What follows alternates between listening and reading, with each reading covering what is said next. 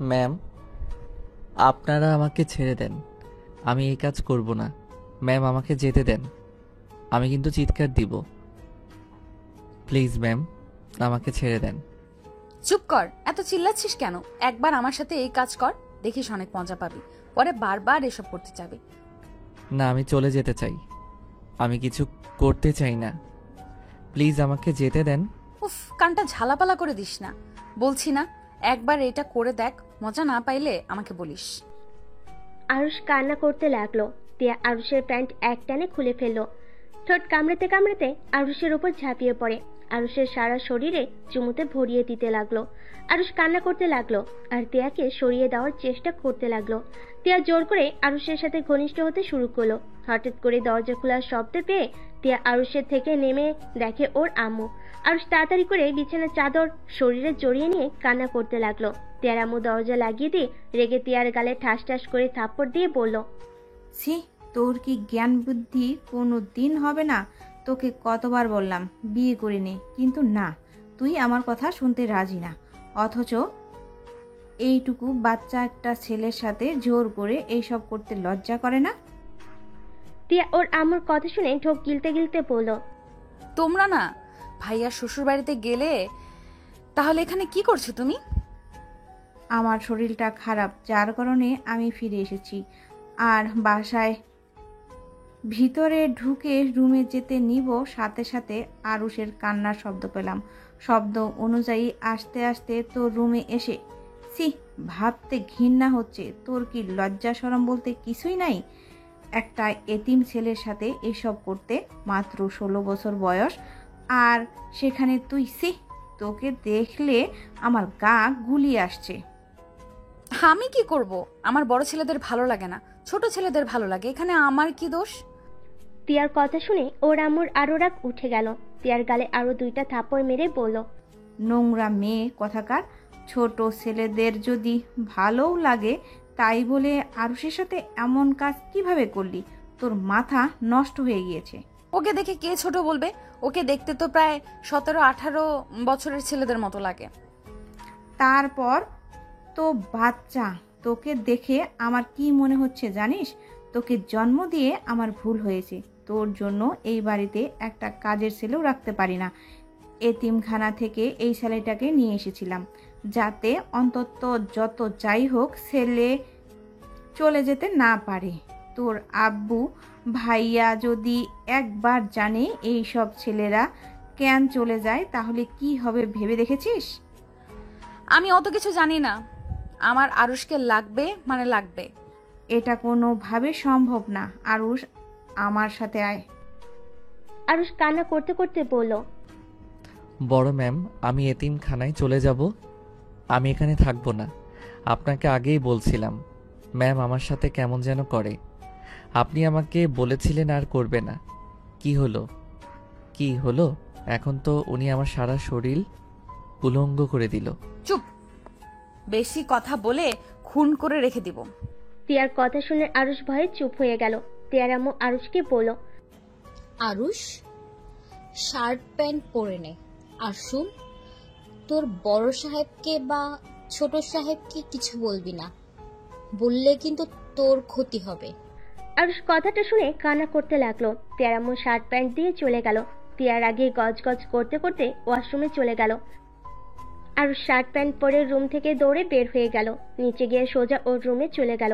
আরুষ ভয়ে ভয়ে খাটের এক কোণায় বসে ফুপিয়ে ফুপিয়ে কাঁদতে লাগলো। আরুষের কাঁধে রহিমা এসেছে হাত দিতে। আরুষ চমকে যায়। রহিমাকে দেখে সোজা জড়িয়ে ধরে কান্না করতে লাগলো। রহিমা আরুষের মাথায় হাত বুলিয়ে দিতে দিতে বলল, বাবা, কান্না করিস না, আমাকে ক্ষমা করে দে। আমি চাইলেও তোকে বাঁচাতে পারতাম না। আমি যদি বাধা দিতাম তাহলে আমাকে চাকরি থেকে সরিয়ে দিত। আমার অবস্থা তো জানিস। এই চাকরিটাই চলে গেলে না খেয়ে মারা যেতে হবে বাচ্চা নিয়ে। আর তুই তো অনেক বুদ্ধিমান, এভাবে কান্না কেন করছিস? চোখ মুছ। শোন, তুই আজকে রাতে পালিয়ে যাবি। এখানে থাকলে তুই টিয়া ম্যামের হাত থেকে বাঁচতে পারবি না। এর আগে অনেক ছেলের সাথে এমন করেছে। আমার ছোট ছেলেকেও ছাড়ে নেয়। আমার ছেলে শুধুমাত্র ওর জন্য আজ এই অবস্থা। আমার ছেলে আগে তোর মতো ছিল, খুব চঞ্চল দুরন্ত ছিল। ভুলবশত এখানে নিয়ে এসেছি। আমার ছেলের জন্য কাল হয়ে গেছে। ওকে যেমন দেখছিস, ওর ফ্রেন্ডগুলো ওর থেকে জঘন্য। আমার ছেলের উপরে এত অত্যাচার করেছিল, এখন মেয়ে মানুষ দেখলে ভয় পায়, সবসময় পাগলামি করে। আজ গরিব বলে এর প্রতিবাদও করতে পারি না। তার মানে রবি ভাইয়া পাগল বানাইছে ম্যাম? তার মানে ম্যামের সাথে আর কিছুক্ষণ থাকলে আমি পাগল হয়ে যাইতাম? না, ওই পাগল বানিয়েছিল, আমার ছেলের মাথায় আঘাত করেছিল আর মানসিক শারীরিক টর্চার করে। এই বড় সাহেব আজও জানে না, শুধু ম্যাম আর বৌমনি জানে। আমি স্যারকে সব বলে দিব। না, এমন কাজ ভুলেও করিস না, তাহলে তোকে ওই মেরে ফেলবে। তুই পালিয়ে যা এখান থেকে। আরুষ কিছু বলতে যাবে, তখনই তিয়ার আম্মু রুমে ঢুকে। রহিমা তিয়ার আম্মুকে দেখে আরুষকে ছেড়ে উঠে নিচের দিকে তাকিয়ে থাকে। আরুষ বসা থেকে উঠে বলল, ম্যাম কিছু বলবেন? রহিমা, তুমি বাইরে যাও, আরুষের সাথে আমার কথা আছে। রহিমা চলে গেল। আরুষ তিয়ার আম্মুর দিকে ভয়ে ভয়ে তাকিয়ে থাকলো। তিয়ার আম্মু আরুষের হাত ধরে বলল, আরুষ আমাকে একটা সাহায্য করবে?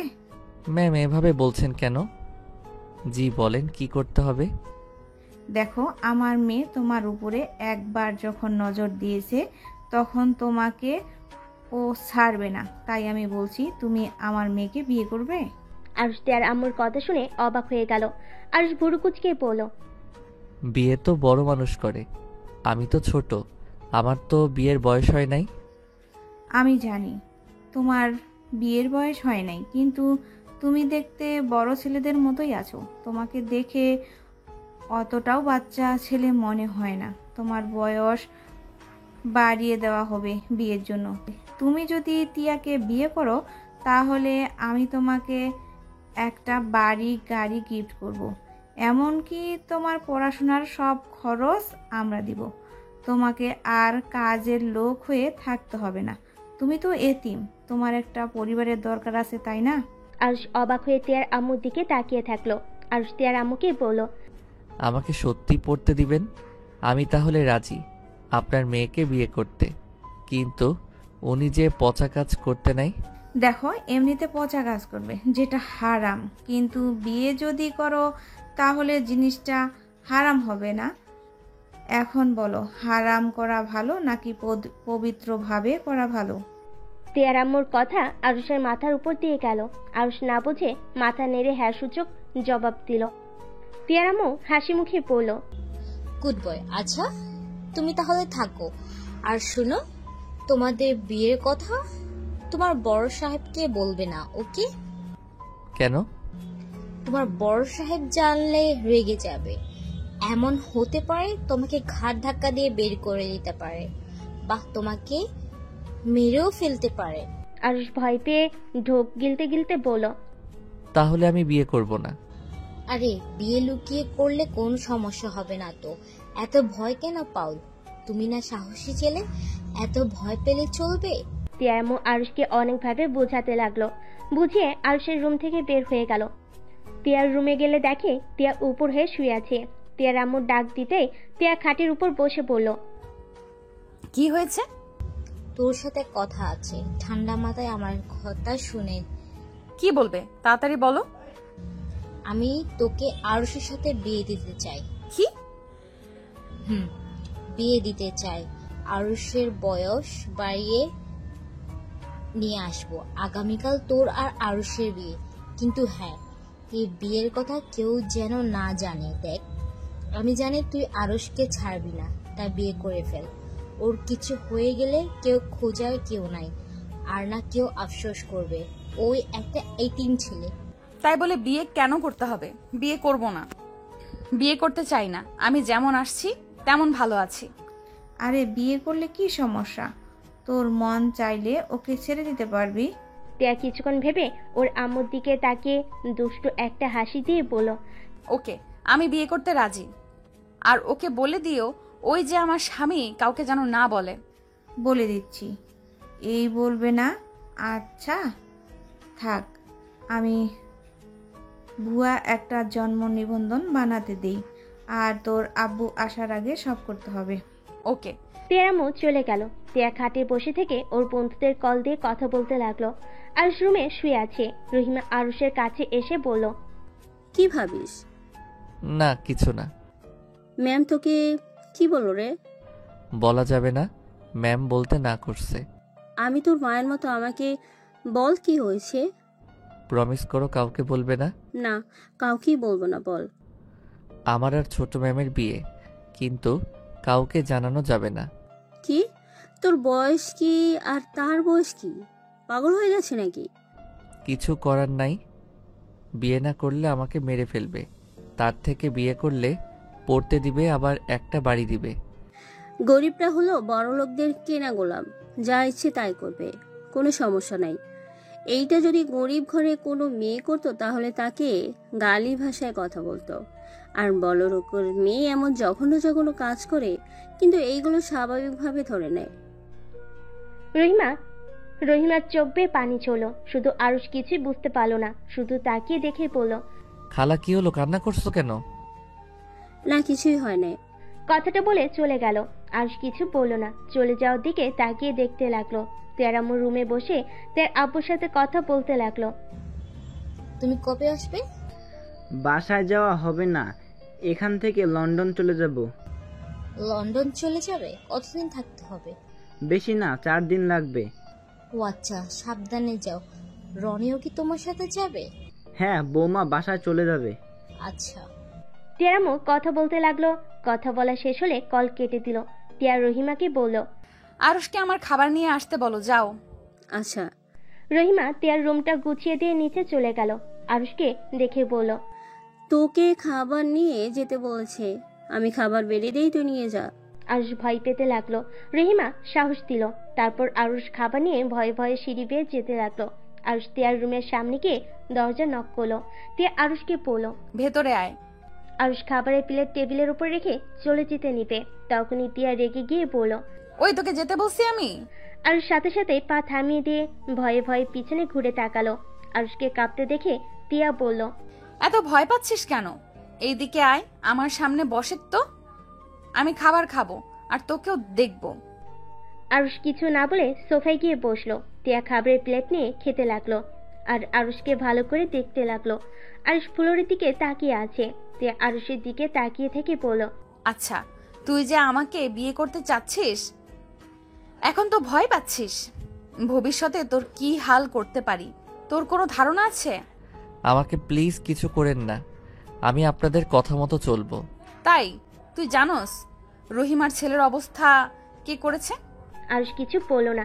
টিয়া হাসতে হাসতে বলল, ও আমার তো ভুল হয়েছে, তুই কিভাবে জানবি? আমি আমার বান্ধবীরা মিলে এমন হাল করে দিয়েছি, তোরও সেম অবস্থা করব।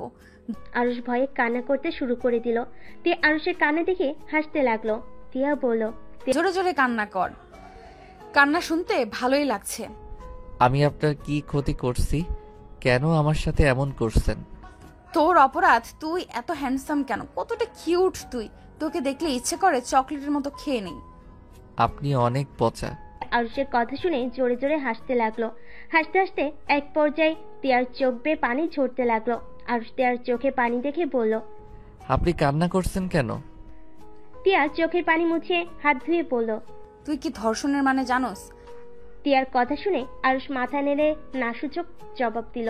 টিয়া আরুষের দিকে তাকিয়ে বলল, আজ কেন জানি এই প্রথম তোকে দেখে অনেক মায়া হচ্ছে রে।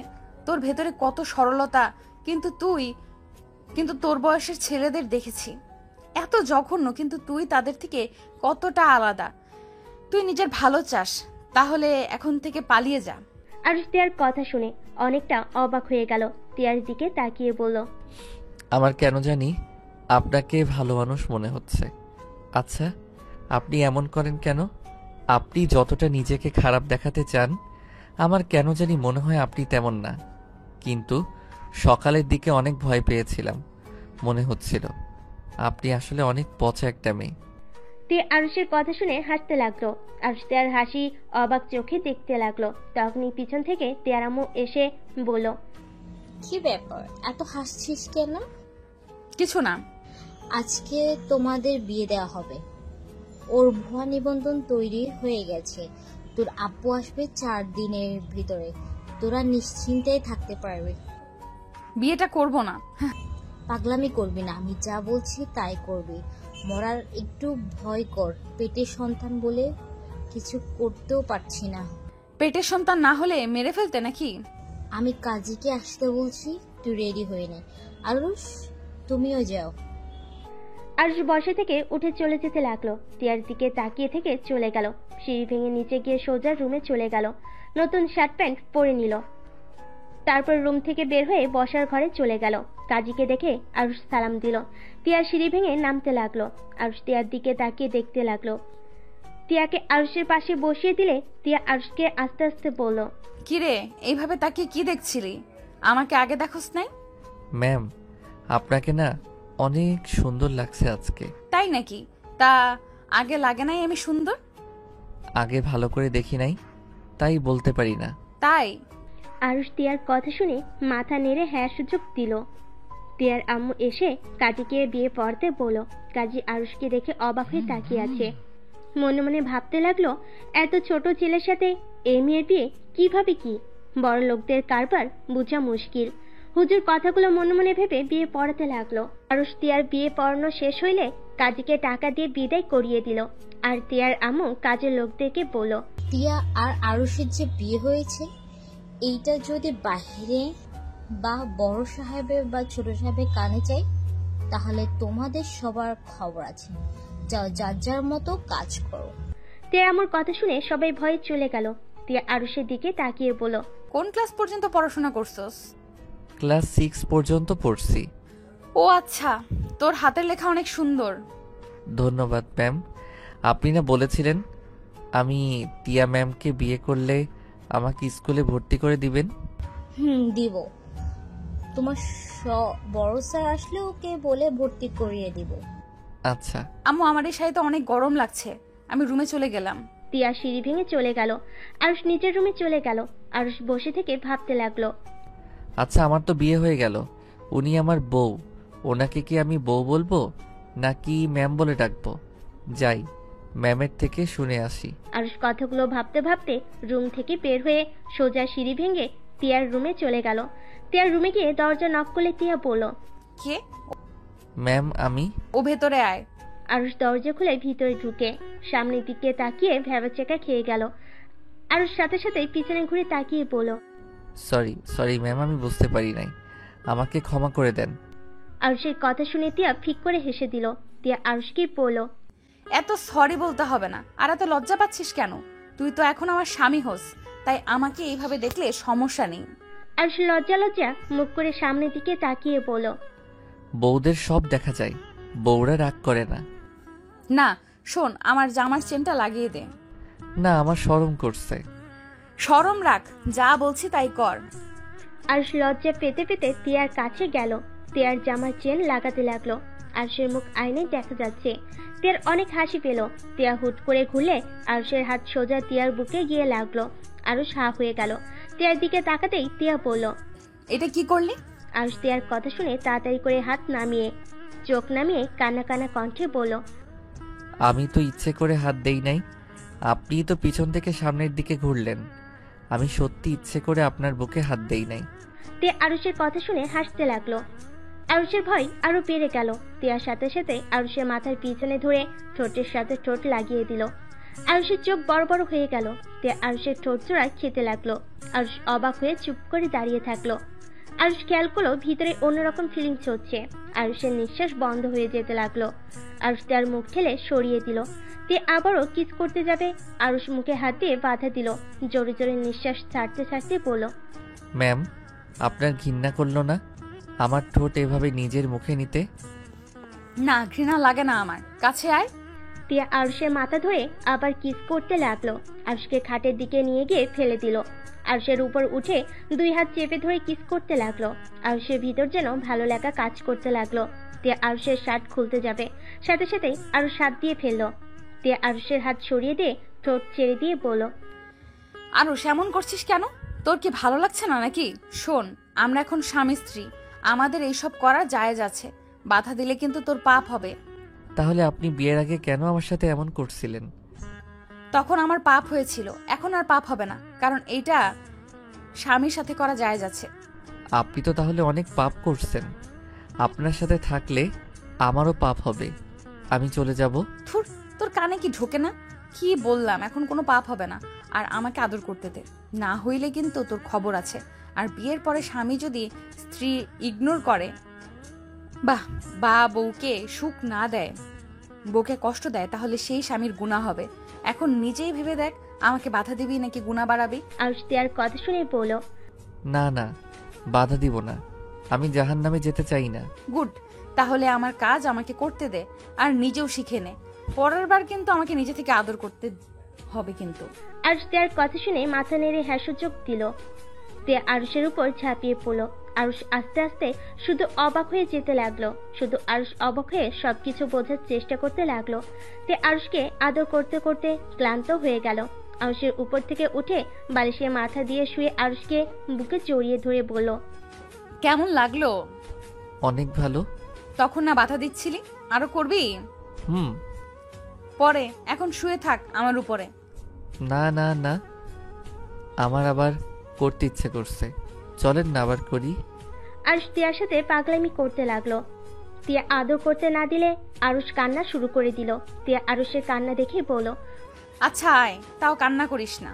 আরুষ খুশি হয়ে চোখ মুছে তিয়া যেমন যেমন ভাবে আদর করলো, আরুষ ঠিক সেই রকম ভাবে আদর করতে লাগলো। তিয়া চোখ বন্ধ করে আরুষের ভালোবাসার স্পর্শগুলো অনুভব করতে লাগলো। আরুষ অনেকক্ষণ আদর করে তিয়ার উপরে শুয়ে পড়লো। আরুষের মাথায় তিয়া হাত বুলিয়ে দিতে লাগলো। আরুষ তিয়ার দিকে মুখ তুলেই বলল, আমি আপনার মতো পারছি। আমি এখন বুঝছি আপনি কেন এমন করতেন। এইটা তো অনেক মজা। তাই? কিন্তু তাই বলে অন্য মেয়েদের কাছে যাস না। কেন? আপনি না অন্য ছেলেদের কাছে গেলে আমি অন্য মেয়েদের সাথে এমন করব? মার দিব। মারবেন কেন? আপনি করলে আমি পারবো না কেন? চুপ করে শুয়ে থাক, কথা বলিস না। আরুষ আর কিছু না বলে তিয়ার বুকে মুখ লুকিয়ে শুয়ে থাকলো। আর শুয়ে থাকতে থাকতে তিয়ার বুকের উপর ঘুমিয়ে গেল। হঠাৎ করে তিয়ার ফোন বেজে উঠলো। তিয়া ফোনটা হাতে নিয়ে দেখে ওর বান্ধবীরা কল দিয়েছে। তিয়া ভিডিও কল রিসিভ করলে ওর বান্ধবীরা বলে উঠলো, কিরে, তুই জামাই একা বুকে রেখে দিয়েছোস? আমাদের কবে দিবি? আমরা একটু টেস্ট করে দেখতাম। আরে করিস, আপাতত আমার জিনিস আমার কাছে থাক। তা তো হবে না, তুই তো বলছিস বিয়ের পর বাসর রাতটাই পার হইলে পরের দিন তুই আমাদের কাছে নিয়ে আসবি। বলছি, বাট ওই তো ছোট, এতজনকে সামলাবে কিভাবে? তিয়ার কথা শুনে সবাই হাসতে লাগলো। আনিকা রেগে গিয়ে বলল, ফাইজলামি করস? এতক্ষণে ওকে ছোট মনে হচ্ছে? নিজে আদর খাওয়ার সময় ছোট মনে হয় না, আর আমাদের বেলায় ছোট? 10টা ছেলের সাথে রাত কাটাইছস, কই একবারও তো ওদের কথা ভাবলি না? ওরা ছোট নাকি বড় নিজের চাহিদা তো মিটিয়ে নিলি, আর এখন বিয়ে করছস, এখন ছোট তাই না? আরে আজব, রেগে যাচ্ছিস কেন? আমি কি তোকে না করছি নাকি? তুই নিয়ে যা, এতে সমস্যা নাই। আরে আর সব পোলাপাইন থেকে ওই অনেক কম বুঝে, মানে অতটা চালাক না। ওকে যা বোঝানো যায় তাই বোঝে। তাই নাকি? তাহলে তো অনেক ভালো, আমরা যা বলবো তাই শুনবে। রহিমা খালা ছেলের মতো বেশি পাকনামি করলে একটা আস্ত খুন করে ফেলে দিব। ধ্যাৎ, ও এত চালাক না যে আমাদের ভিডিও ফোনে বন্দি করবি। আর ওর তো কোনো ফোন নাই। কি ব্যাপার, তুই চুপচাপ আমাদের কথা শুনছস নাকি? না, ঘুমিয়ে গেছে। ও আচ্ছা, শোন, ওকে সকালে নিয়ে আমাদের বাগান বাড়িতে। সকালে? কাজ আছে, সকালে না। শোন, 4 দিন আব্বু বাহিরে থাকবে, তাই আমি চাচ্ছি এই 4 দিন আমার কাছে থাক। 4 দিন পর তোদের কাছে পাঠিয়ে দেব। আর এই 4 দিন আমরা কি করব? আরে শোন, ওই এখনো অনেক অবুঝ। আমি এই 4 দিনে সব কিছু শিখে ফেলবো, তারপর তোদের জন্য আরো ভালো হবে। এখন বোঝাতে গেলে মাথা নষ্ট হয়ে যায়। আদর করতে দিতে চাই না, খালি প্রশ্ন করে আর বাধা দেয়। তোর তো আবার বাধা সহ্য হয় না, তাই বলছিলাম আমি আগে সব শিখিয়ে নিই। ওকে, তাহলে 4 দিন পর কিন্তু নিয়ে আসবি ওকে। ওকে। তিয়া আর কিছুক্ষণ কথা বলে ফোনটা রেখে দিল। আরুষকে বালিশের উপর শুয়ে দিল। আরুষের দিকে তাকাতেই তিয়ার ভিতরে ভালো লাগা কাজ করলো। তিয়া এক নজরে তাকিয়ে দেখতে লাগলো। আরুষের কপালে ঠোঁটে আলতো করে ঠোঁটের স্পর্শ এঁকে দিল। তিয়া মনে মনে ভাবতে লাগলো, তোর ভেতরে একটা ব্যাপার আছে, তোকে যে ভালো করে দেখবে তোকে ভালোবেসে ফেলতে বাধ্য হবে। টিয়া কথাগুলো বলে খাট থেকে নেমে আলমারি থেকে পোশাক নিয়ে ওয়াশরুমে চলে গেল। গোসল করে এসেছে, চুল শুকাতে লাগলো। চুল শুকিয়ে আরুষের পাশে এসে আরুষকে জড়িয়ে ধরে ঘুমিয়ে গেল। সন্ধ্যার দিকে আরুষের ঘুম ভাঙলে দেখতে পারে টিয়া ওর বুকের উপরে শুয়ে আছে। আরুষ আলতো করে মুখের উপরে চুল সরিয়ে দিলে টিয়ার ঘুম ভেঙে যায়। টিয়া আরুষের ঠোঁটে আচমকা কিস করে দিল। আরুষ চমকে যায়। টিয়া হাসি মুখে বলল, ঘুম কেমন হয়েছে? অনেক ভালো। আমাকে ছাড়েন, আমি আমার রুমে যাই। আচ্ছা যাও, রুমে গিয়ে গোসল করে ছাদে চা নিয়ে যাবে, আমি বই নিয়ে যাব। আচ্ছা। আরুষ খাট থেকে নেমে প্যান্ট পরে শার্টটা কাঁধে ঝুলিয়ে নিল। আরুষ চলে যাবে তখনই টিয়া বলল, বউয়ের কপালে চুমু দেওয়া সুন্নত, এটা জানো না নাকি? আরুষ টিয়ার কপালে চুমু দিল। টিয়া আরুষের মাথা ধরে ঠোঁটে কিস করে ছেড়ে দিল। টিয়া মুচকি হাসি দিল। আরুষ হাসি মুখে রুম থেকে বের হয়ে গেল। নিচে গিয়ে দেখে টিয়ার আম্মু আর ভাবি রূপা বসে আছে। আরুষকে দেখে রূপা বলল, আরুষ, কি অবস্থা? আলহামদুলিল্লাহ ভালো ম্যাম। আমার ননদ কই? উনি রুমে আছে। ও আচ্ছা। আচ্ছা থাকেন, আমি যাই। গোসল করে ম্যামের জন্য চা নিয়ে ছাদে যেতে হবে। ও আচ্ছা, শোনো, আমার জন্য চা বানিয়ে নিয়ে যাও, আমিও ছাদে যাচ্ছি। আচ্ছা। আরুষ রুমে চলে গেল। আরুষ রুমে গিয়ে ওয়াশরুমে ঢুকে গোসল করতে লাগলো। আর এইদিকে টিয়া খাট থেকে নেমে ওয়াশরুমে গিয়ে ফ্রেশ হয়ে নিল। রূপা রুমের ভিতরে ঢুকে বলল, বাহ, আমার ননদকে খুব খুশি লাগছে। রূপার কণ্ঠ পেয়ে টিয়া চমকে গেল। পিছনে ঘুরে রূপাকে দেখে দৌড়ে এসে জড়িয়ে ধরে পড়ল। আপু তুমি এসেছো? তা তোর জামাইয়ের ভাগ দিবি তো নাকি? হুম, নিয়ে নাও। যাই হোক চাচ্চু, ছোট আম্মু, ওরা সবাই কেমন আছে? আলহামদুলিল্লাহ ভালো। সবাই তোর কথা জিজ্ঞাসা করলো। তাই? তা কি বললে? বলেছি তোর পরীক্ষা আছে সামনে, তাই পড়াশোনা নিয়ে অনেক ব্যস্ত। টিয়ার রূপার কথা শুনে হাসতে লাগলো। টিয়ার গালে চুমু দিয়ে বলল, লাভ ইউ আপু। তোমার থেকে একটা জিনিস শিখে অনেক লাভ হয়েছে। ছোট ছেলেদের মাঝে আসলে অনেক মজা, ওদের চিকিৎসা করা আমার বেশ ভালো লাগে। তাই নাকি? আচ্ছা, ছাদে নাকি যাবে? তুমি যাবে নাকি? হ্যাঁ চলো। টিয়ার রূপা ছাদে চলে গেল। আরুষ গোসল করে ড্রেস পরে রান্নাঘরে চলে গেল। রহিমা খালা চা বানিয়ে দিলে আরুষ ট্রেতে করে চা নিয়ে যেতে লাগলো। ছাদে উঠে টিয়া আর রূপার কথা শুনে আরুষ বলে উঠল, কি? আমি কেন ভাবির সাথে ওইসব করব? ভাবির তো বিয়ে হয়ে গেছে, ছোট সাহেবের সাথে করবে। আরুষের কথা শুনে দুজনে পিছনে ঘুরে তাকালো। টিয়া আরুষকে দেখে বলল, আরে শোনো, এইদিকে আসো, তোমাকে বুঝিয়ে বলি, তাহলে তুমি বুঝতে পারবে। আমি কিছু শুনবো না, আমি ভাবির সাথে কিছু করব না। আপনি তো বলছেন এইগুলো বউয়ের সাথে করতে হয়, তাহলে আমি কেন ওনার সাথে করব? আমার কাছে এসেছো, বসো, আমি তোমাকে বুঝিয়ে বলি। আরুষ চা ট্রে নিয়ে ওদের কাছে গেল। রূপা আরুষের হাত থেকে ট্রে নিয়ে ওদের দুজনের মাঝখানে বসালো। যে আরুষের হাত ধরে বলল, দেখো, এই কাজটা করতে অনেক মজা পাওয়া যায়, তাই না? আমার ভাইয়া তো প্রায় সময় দেখো দেশের বাইরে থাকে, ভাবিকে ভালো মতো সময় দেয় না, সব সময় ঝগড়া করে, মারামারি করে, ভাবির সাথে ভালো ব্যবহার তেমন করে না। সেখানে তুমি ভেবে দেখেছো ভাবির কি ওই মজাটা দরকার আছে না? তারও তো ইচ্ছে করে, তাই না? আর তুমি তো গুড বয়, তুমি নিশ্চয়ই ভাবিকে কষ্ট দেবে না। আর ভাবিকে ভালো রাখলে তোমার লাভ আছে, তুমি ভাবির কাছ থেকে যা চাইবে তাই দিবে।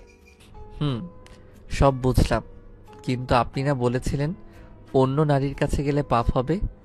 আমি পাপ করতে চাই না, আমি আপনার সাথে থাকতে চাই। একটু আধটু পাপ করলে কিছু হবে না।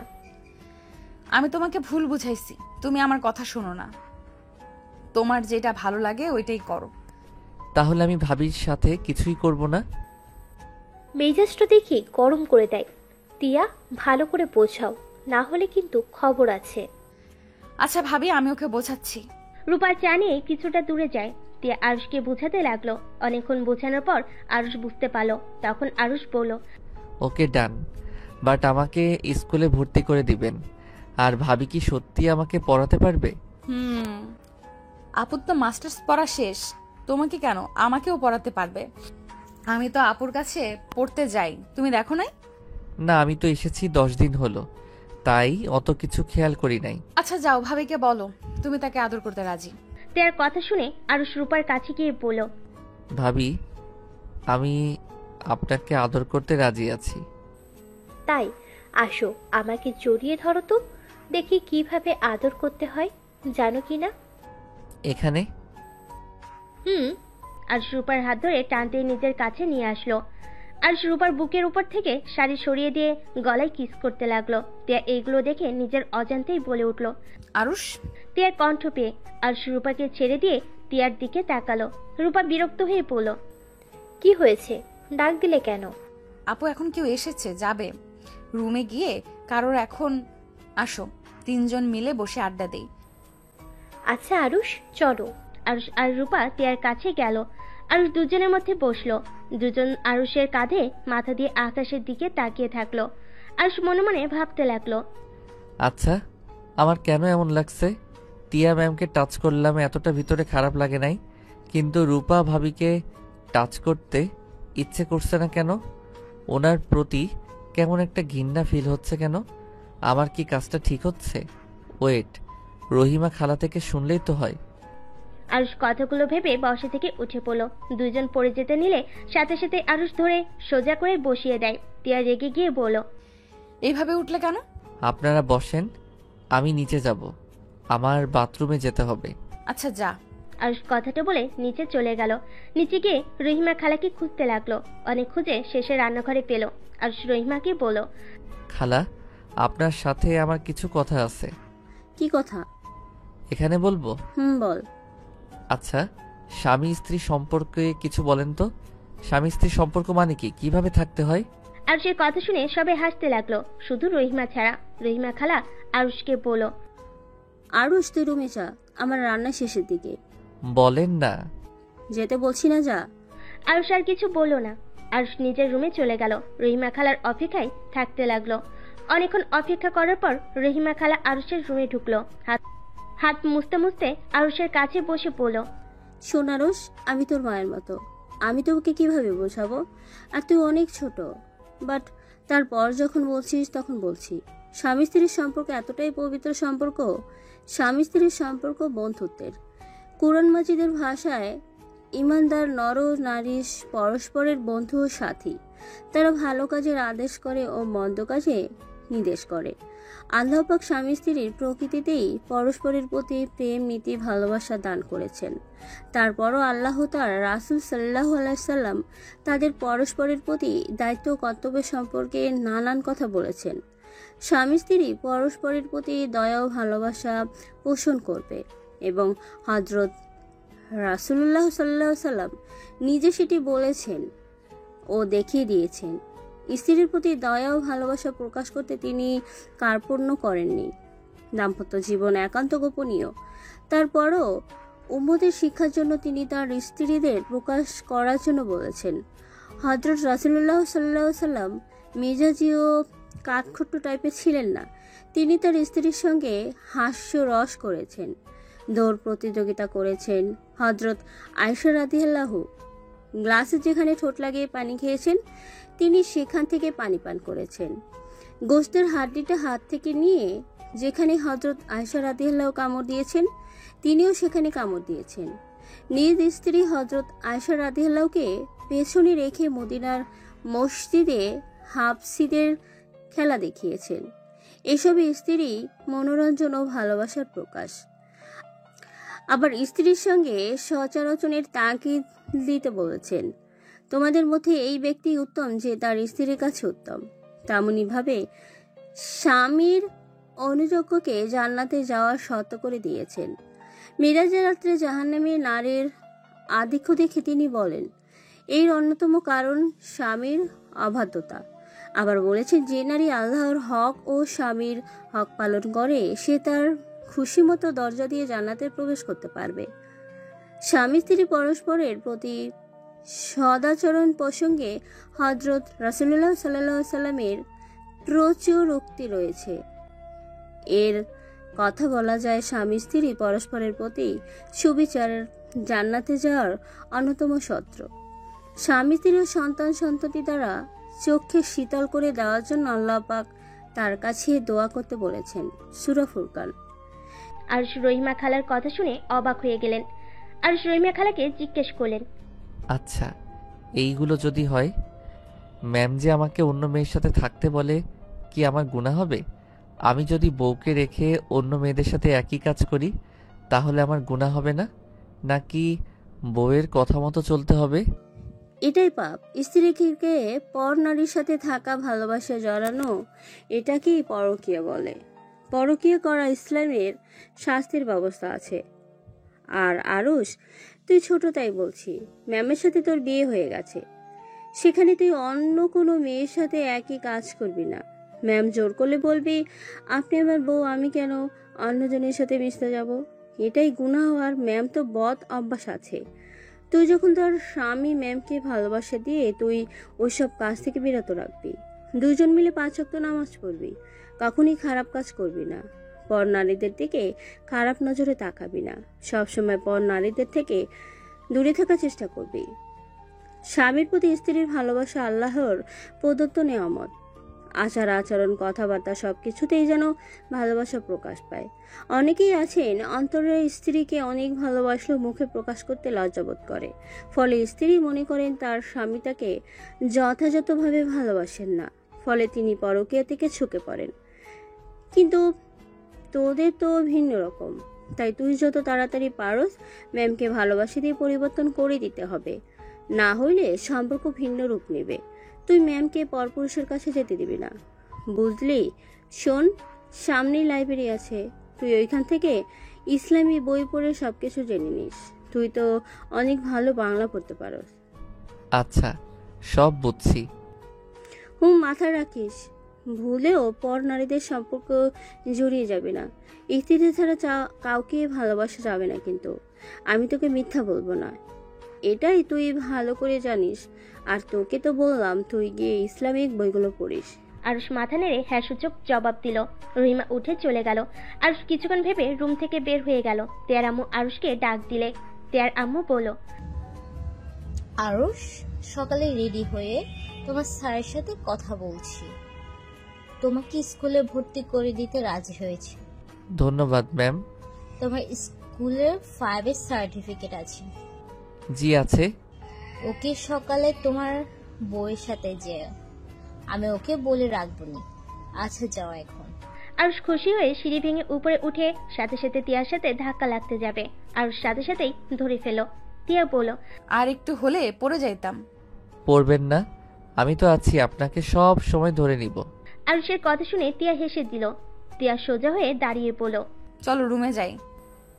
আচ্ছা, তোমরাও যাও, আমি নিচে গিয়ে দেখি আম্মু কি করে। রূপার চলে গেল। আরুষ আর তিয়া রুমে চলে গেল। আরুষ সোফায় বসে নিচের দিকে তাকিয়ে কিছু ভাবতে লাগলো। তিয়া আরুষকে দেখে বলল, গেম খেলবে? আমার ফোন নাই। তিয়া আরুষের কাছে ফোন এগিয়ে দিল। আরুষ খুশি হয়ে ফোনে গেম খেলতে লাগলো। তিয়া বই বের করে পড়তে শুরু করলো। আরুষ গেম খেলতে খেলতে তিয়ার দিকে তাকিয়ে গেম খেলা বন্ধ করে দিয়ে খাটের উপরে উঠে তিয়াকে জড়িয়ে ধরে শুয়ে পড়লো। তিয়া অবাক হয়ে গেল। তিয়া মুচকি হাসি দিয়ে আরুষের উপরে বই রেখে পড়তে লাগলো। আরুষ তিয়ার বুক থেকে মুখ তুলে বলল, আচ্ছা, আপনি তো আমার বউ হন, তাহলে আমি আপনাকে কেন ম্যাম বলবো? বউকে তো বউ বলা উচিত, তাই না? আরুষের কথা শুনে তিয়ার মুখে নিজের অজান্তেই হাসি ফুটে উঠল। আরুষ তিয়ার ঠোঁটে ছোট্ট করে কিস দিয়ে বলল, কি হলো, হাসেন কেন? আমি আপনাকে বউ বলে কি কোনো সমস্যা? না, বউ বলে ডাকবে, বাট আব্বু ভাইয়া আসলে আমাকে তখন ম্যাম বলে ডেকো। দূর, ভালো লাগে না, বউকে বউ বলতেও সমস্যা। আরে পাগল, সমস্যা কই? আমি তো অনুমতি দিয়েছি, তাই না? শুধু আব্বু আর ভাইয়ার সামনে বলবে না। তুমি তো এই 10 দিনে দেখেছো আব্বু ভাইয়া কতটা ভয়ঙ্কর। রেগে গেলে কাউকে ছাড়ে না। বউ, একটা কথা বলবো? বলো। আপনার মুখ থেকে না তুমি ডাক শুনতে অনেক ভালো লাগে। তুই বলে কেমন জানি পরপর লাগে। আরুষের কথা শুনে তিয়া ফিক করে হেসে দিল। আরুষ মুগ্ধ হয়ে তিয়ার হাসি দেখতে লাগলো। আরুষ কিছু বলতে যাবে, তখনই পিছন থেকে রূপা এসে পড়ল। কি ব্যাপার তিয়া, এত হাসি কেন? রূপার কণ্ঠ শুনে আরুষ তিয়াকে আরো শক্ত করে জড়িয়ে ধরে পড়ল। বউ, আমি কিন্তু ভাবির সাথে তার রুমে ঘুমাতে পারবো না। আরুষের কথা শুনে দুজন অবাক হয়ে গেল।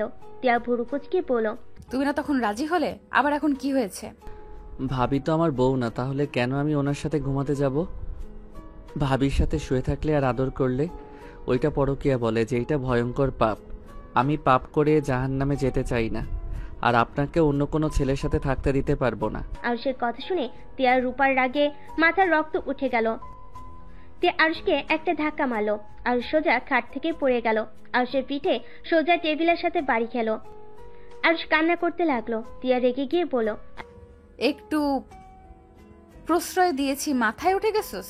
ভাবির সাথে থাকা লাগবে মানে থাকা লাগবেই, এটা আমার শেষ কথা। যদি না থাকোস তাহলে তোকে কিভাবে থাকাতে হয় এটা আমি খুব ভালো করেই জানি। আর টিয়া ওয়েট, ওই এইসব কিভাবে জানলো? তখন তো আমাদের কথা মতো ঠিকই রাজি হলো, হঠাৎ করে কেন বলছে এটা পরকীয়া? এই আরুষ, তোমাকে এসব কে বলেছে? আরুষ রূপার কথা শুনে থতমত খেয়ে গেল। আরুষ কান্না করতে করতে বলল, আমি বলবো না, এইটা আমি শুনেছি। বল, কে বলেছে তোকে? আমি বলবো না। তিয়া আরুষের থুতনি চেপে ধরল। আরুষ বলতে না চাইলে তিয়া আরুষের গালে ঠাস ঠাস করে থাপ্পড় মারতে লাগলো। রূপা রেগে গিয়ে বলল, টিয়া, গলা পাড়া দিয়ে ধরো, তাই মুখ দিয়ে কথা বের হবে। আমাকে মেরে ফেলেও আমি বলবো না, আর যাই হয়ে যাক আমি আপনার সাথে থাকবো না। আমি বউকে বিয়ে করেছি, আপনাকে না। আরুষের কথা শুনে রূপা রেগে গিয়ে জোরে জোরে থাপ্পড় মারতে লাগলো। আরুষের ঠোঁট কেটে রক্ত পড়তে লাগলো। আরুষ চিৎকার করে কান্না করতে লাগলো। রক্ত দেখে আরো ভয় পেয়ে গেল। তে আরুষের কলার চেপে ধরে খাটের উপরে তুলে পড়ল। কে বলছে? আমার জানার দরকার নাই। তুই আজকে ভাবির সাথে থাকবি, না হলে তোর খবর আছে। ভাবি এখন শুরু করে দিবে নাকি? খাবার খেয়ে আসবে। তার কথা শুনে রূপা বলল, টিয়া, তুমি বাহিরে যাও, আমি দেখছি ও কি করে। আমার সাথে রাত না কাটিয়ে থাকতে পারে? আচ্ছা, আমি যাচ্ছি। টিয়া রুম থেকে বের হয়ে দরজা লাগিয়ে দিল বাহির থেকে। আরুষ খাট থেকে নেমে চলে যেতে চাইলে রূপা এক টান দিয়ে নিজের শাড়ি খুলে ফেলে। আরুষের হাত ধরে টান দিয়ে নিজের কাছে নিয়ে এসেছে, শক্ত করে জড়িয়ে ধরে। আরুষের সারা মুখে কিস করতে লাগলো। আরুষ রূপাকে সরিয়ে দিতে লাগলো আর বলতে লাগলো, ভাবি আমাকে ছেড়ে দেন, আমার সাথে এমন করেন না। আমার সাথে এইটা করলে আপনার পাপ হবে। প্লিজ আমাকে ছেড়ে দেন, আমি বউয়ের কাছে যাব। চুপ কর, কিসের পাপ? হ্যাঁ, তোর এইসব জ্ঞানের কথা রাখ। আর বউয়ের কাছে যাবি? হা হা, তোর বউ বাহিরে দাঁড়িয়ে আছে। তোর বউ আমার কাছে তোকে ছেড়ে গেছে। শোন, এখানে এইসব বউ জামাই ইমোশনাল কাজ করে না। তোর বউ ওর ফ্রেন্ডের জামাই বয়ফ্রেন্ডের ছাড়ে নাই। আর তুই কোন হিসাবে সবার হাত থেকে ছাড়া পাবি? আমি ওইসব জানি না, আর শুনতেও চাই না। আমি আপনার সাথে কিছু করব না। আরুষ ধাক্কা দিয়ে সরিয়ে দিলে রূপা রেগে গিয়ে হাতের কাছে ফুলদানি দিয়ে সজোরে মাথায় আঘাত করলে আরুষ মা বলে চিৎকার দিয়ে মাটিতে পড়ে যায়। রূপা আরুষের গলা ধরে খাটের উপর ফেলে শার্ট প্যান্ট খুলে ফেলে। আরুষ চিৎকার করতে লাগলো। টিয়া বাইরে থেকে আরুষের চিৎকার শুনে বুকের ভিতর কেঁপে উঠতে লাগলো, কিন্তু তারপরও ভিতর ঢুকলো না। টিয়া দরজার সাথে পিঠ ঠেকে ঠোঁট কামড়ে ধরে চোখের পানি ফেলতে লাগলো।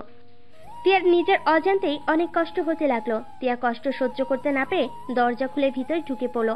টিয়া সোজা রূপাকে আরুষের উপর থেকে ধাক্কা দিয়ে ফেলে দিল। আরুষকে চোখ বন্ধ করে থাকতে দেখে টিয়া ভয় পেয়ে গেল। টিয়া খাটের উপরে উঠে আরুষের মাথা হাত দিয়ে ধরলে হাতে রক্তে লাল হয়ে যায়। টিয়া ওর ওড়না দিয়ে মাথাটা বেঁধে দিল আর আরুষকে ডাকতে লাগলো। রূপা রেগে গিয়ে টিয়াকে বলল, টিয়া, তুমি এটা কি করলে? আমাদের মাঝে কেন আসলে? টিয়া, তুমি বাইরে যাও, আমার কাজ আমাকে করতে দাও। রূপার কথা শুনে টিয়া রেগে চিৎকার করে বলল, চুপ করবে? দেখতে পারছো ওই চোখ খুলছে না, আর সেখানে নিজের চাহিদা নিয়ে এসেছো। ওর কাছে আসলে তোমার হাত আমি ভেঙে ফেলবো। টিয়া আরুষকে জড়িয়ে ধরে বুকের সাথে জড়িয়ে নিয়ে কান্না করতে লাগলো আর বলতে লাগলো, এই আরুষ, চোখ খুলো না। আই এম সরি, আমার ভুল হয়ে গেছে। আমি তোমাকে এইভাবে একা ছেড়ে দিয়ে ঠিক করি নাই। এই আরুষ, চোখ খুলো। টিয়া কথাগুলো বলতে বলতে কান্নায় ভেঙে পড়লো। রূপা টিয়ার উপর রেগে শাড়ি পরতে লাগলো। টিয়ার ফোনটা বের করে ড্রাইভারকে রুমে আসতে বলল। টিয়া আরুষকে ধরে নিয়ে যেতে গিয়ে পড়ে যেতে নিতে সাথে সাথেই রূপা ধরে ফেলো। টিয়া রূপার হাত ধাক্কা দিয়ে সরিয়ে দিল। ড্রাইভার আসলে টিয়া আরুষকে ধরতে বলল। ড্রাইভার আরুষকে কোলে নিয়ে তুলে নিয়ে যেতে লাগলো। রহিমা আরুষের এই অবস্থা দেখে ভয় পেয়ে গেল। রহিমা রেগে টিয়ার গালে সজোরে থাপ্পড় মেরে পড়ল। ছি, আবার এই ছেলেটার সাথে এমন কাজ করলি? ছি ছি ছি, তোকে দেখলে ঘৃণা হয়। ছেলের চিকিৎসার জন্য তোদের বাড়িতে পড়ে আছি। আজকে এই মুহূর্তে তোদের চাকরি আমি ছেড়ে দিলাম। রহিমাকে কিছু বলতে যাবে তিয়া সবাইকে থামিয়ে দিল। রহিমা দৌড়ে আরুষের পিছন পিছন যেতে লাগলো।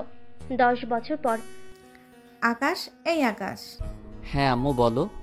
তোর ভাইয়া আসবে, তুই এখনো রেডি হোস নাই? তাড়াতাড়ি রেডি হয়ে এয়ারপোর্টে যা। আম্মু আমি রেডি তো, তোমার ভাস্তি আমাকে বের হতে দিচ্ছে না। কি রে আবিদা, তুই আকাশকে রেডি হতে দিচ্ছিস না কেন? ফুপি তোমার ছেলেকে ধরে রাখছে। তোমার ছেলেকে শুধু বলছি আমাকে নিয়ে যেতে, তোমার ছেলে নিয়ে যাবে না, তাই আমি দরজার কাছে দাঁড়িয়ে আছি। আকাশ, ওকে নিয়ে আয়, তাও আর দেরি করিস না। শাকচুন্নি চল। আকাশ আদিপাকে নিয়ে যেতে লাগলো। আরুষ ড্রাইভিং করতে লাগলো আর আদিপা আকাশের কানে ফু দিতে লাগলো। আকাশ বারবার বিরক্ত হয়ে আদিপার দিকে তাকিয়ে বলল, অ্যাক্সিডেন্ট করব, প্লিজ এমন করিস না। করবো না, আগে বল আমাকে বিয়ে করে কবে করবি? তোর মতো পেতনিকে কে বিয়ে করবে? আমার খেয়ে কাজ নাই, তোকে বিয়ে করতে হবে। কেন, আমার ভিতর কি কমতি আছে যে আমাকে বিয়ে করা যাবে না? দেখ আদিবা, তুই আমার মামাতো বোন, আমি তোকে বোনের নজরে দেখি। এখানে তোকে বউ হিসেবে মানা সম্ভব না, আর এইসব কথা রাখ প্লিজ। আজব কথা, আমি কি তোর মায়ের পেটের বোন নাকি যে আমাকে বিয়ে করা যাবে না? এইসব কথা রাখ। আকাশের কথা শুনে আদিপার মনটা খারাপ হয়ে গেল। আকাশ আদিপার দিকে নজর না দিয়ে এয়ারপোর্টে চলে গেল। গাড়িটা এক সাইডে রেখে রাফির জন্য অপেক্ষা করতে লাগলো। আকাশ রাফিকে দেখে হাত নাড়তে লাগলো। রাফি আকাশের দিকে এগিয়ে আসলে আকাশ রাফিকে জড়িয়ে ধরলো। ভাইয়া কেমন আছো? আলহামদুলিল্লাহ ভালো, তোরা কেমন আছোস? ভালোই আছি ভাইয়া, তুমি তো আগের থেকে অনেক স্মার্ট হয়ে গেছো, তোমাকে দেখে তো আমি ফিদা হয়ে যাচ্ছি। আদিবার কথা শুনে রাফি আকাশ হাসতে লাগলো।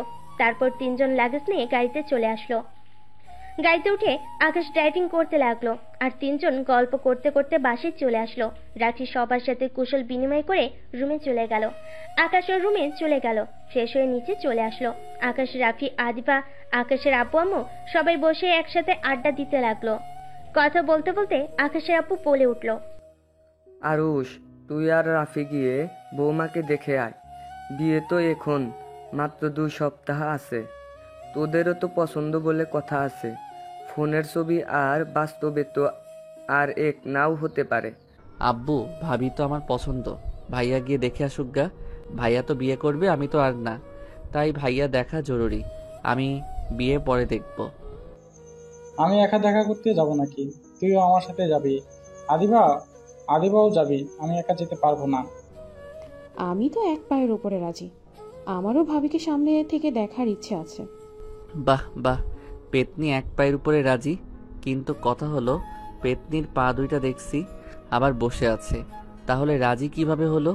আকাশের কথা শুনে সবাই হাসতে লাগলো। আদিবা আকাশকে মারতে যাবে, আকাশ বলল, এই তোর এত হাত নড়ে কেন? আমাকে পেতনি বলে তোর মুখ আমি কষ্টিপ মেরে দেব। তাই নাকি? উল্টা যেন তোর মুখে লাগে না। এই দুজন ঝগড়া থামা, এখন বল আমার সাথে তোরা যাবি কিনা বল। হ্যাঁ যেতে পারি ভাইয়া, তোমার সুন্দর শালিকা থাকলে আমি কিন্তু তুলে নিয়ে আসবো। আকাশের কথা শুনে আদিবা রেগে গেল, কিন্তু আর সবাই হাসতে লাগলো। আকাশের আম্মু কান ধরে বলল, তোকে তুলে আনতে হবে না, পছন্দ হইলে আমাদের বলিস, আমরা বিয়ে করিয়ে দিব। ধুর আম্মু, মজা করছি, বিয়ে করলে তোমাদের পছন্দে বিয়ে করব। আচ্ছা তুই কলেজ শেষ করলি, ভার্সিটিও শেষের দিকে, তারপর কি একটা মেয়ে তোর পছন্দ হয় নাই? তোমার হয়েছিল নাকি যে আমাকে বলছো? হ্যাঁ হয়েছিল, কিন্তু ওর বিয়ে হয়ে গেছে। রাফির কথা শুনে সবাই অবাক। আকাশ আদিবা হাসতে লাগলো। আকাশ রাফির দিকে তাকিয়ে বলল, তার মানে ভাইয়া ধোকা খেয়েছো? ধোকা কেন খাবো? আমি তোকে কখনোই বলি নাই ওকে ভালোবাসি, শুধু পছন্দ করতাম এইটাই। ও আচ্ছা। আচ্ছা এখন বল, তোরা কখন যাবি? আজকে যাব, শুধু ওনাকে দেখে চলে আসবো, বাসায় যেতে পারবো না কিন্তু। এটা কেমন কথা? বাসায় না গেলে তোর মনে হয় বৌমা তোর সাথে বাহিরে দেখা করবে? বাসায় গিয়ে দেখে আসতে হবে। তাহলে আদিবা, আকাশ ও আমার সাথে যাবে। আচ্ছা নিয়ে আয়, আগে তিনজন খাবার খেয়ে তারপর বের হব। আচ্ছা খেতে দাও। আকাশে আম্মু তিনজনকে খেতে দিল। তিনজন খাবার খেয়ে রুমে চলে গেল। তিনজন ফ্রেশ হয়ে রেডি হয়ে নিচে নামলো। আকাশের আম্মুর দিকে তাকিয়ে বলল, আম্মু আমার রুমে নাড়াচাড়া কে করছে? কেন, কি হয়েছে? আমার ব্যাগ আলমারিতে দেখলাম না। আকাশের কথা শুনে আকাশের আম্মু থতমত খেয়ে গেল। কথা ঘুরিয়ে বলল, তোরা বের হ, সময় নষ্ট করলে অনেক দেরি হয়ে যাবে। আচ্ছা, আমরা তো কেউই যাই নাই, তাহলে বাসা চিনব কিভাবে? তোদের চিন্তা করতে হবে না, ড্রাইভার সব চেনে, তোদের নিয়ে যাবে। আকাশ কিছু বলতে গিয়ে বলল না। রাফি, আদিবা, আকাশ বের হয়ে গেল, গাড়িতে উঠে পড়ল। ড্রাইভার গাড়ি ছেড়ে দিল। 2 ঘন্টা জার্নি করার পর গাড়ি থামার নামগন্ধ নাই। রাফি ড্রাইভারকে কিছু বলতে যাবে, তখনই রাফির ফোনে কল আসে। রাফি ফোনটা বের করে ওর আম্মুর কল পেয়ে রিসিভ করলো। আম্মু, 2 ঘন্টা হয়ে গেল, এখনো তো গাড়ি থামানোর কোনো নামগন্ধ নাই। আর কতখানি যেতে হবে? শোন, রেগে যাস না, এখনো 2 ঘন্টার রাস্তা যেতে হবে, আর তোদের ওইখানে গিয়ে থাকতে হবে। আমি তোদের 3 জনের জামা কাপড় তুলে দিয়েছি, ডিকিতে দেখে তোদের ব্যাগগুলো আছে। রাফি মাথা ঘুরে পড়ে যেতে নিলে সাথে সাথে আকাশ ফোনটা ধরিয়ে পড়ল। কি হয়েছে? আম্মু কি করছে জানোস?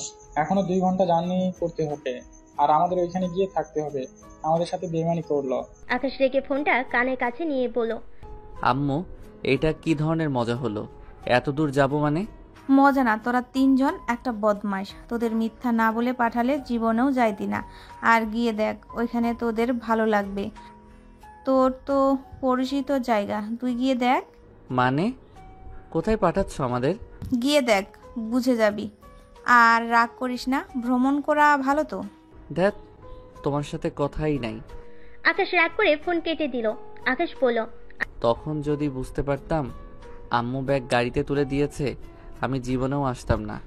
তোর কি মনে হয় আমি আসতাম নাকি? আম্মুর কি কাণ্ড জ্ঞান বলে কিছু নাই? চিনি না, জানি না, কোথাও হয় নাই, তার বাসায় গিয়ে নাকি থাকতে হবে।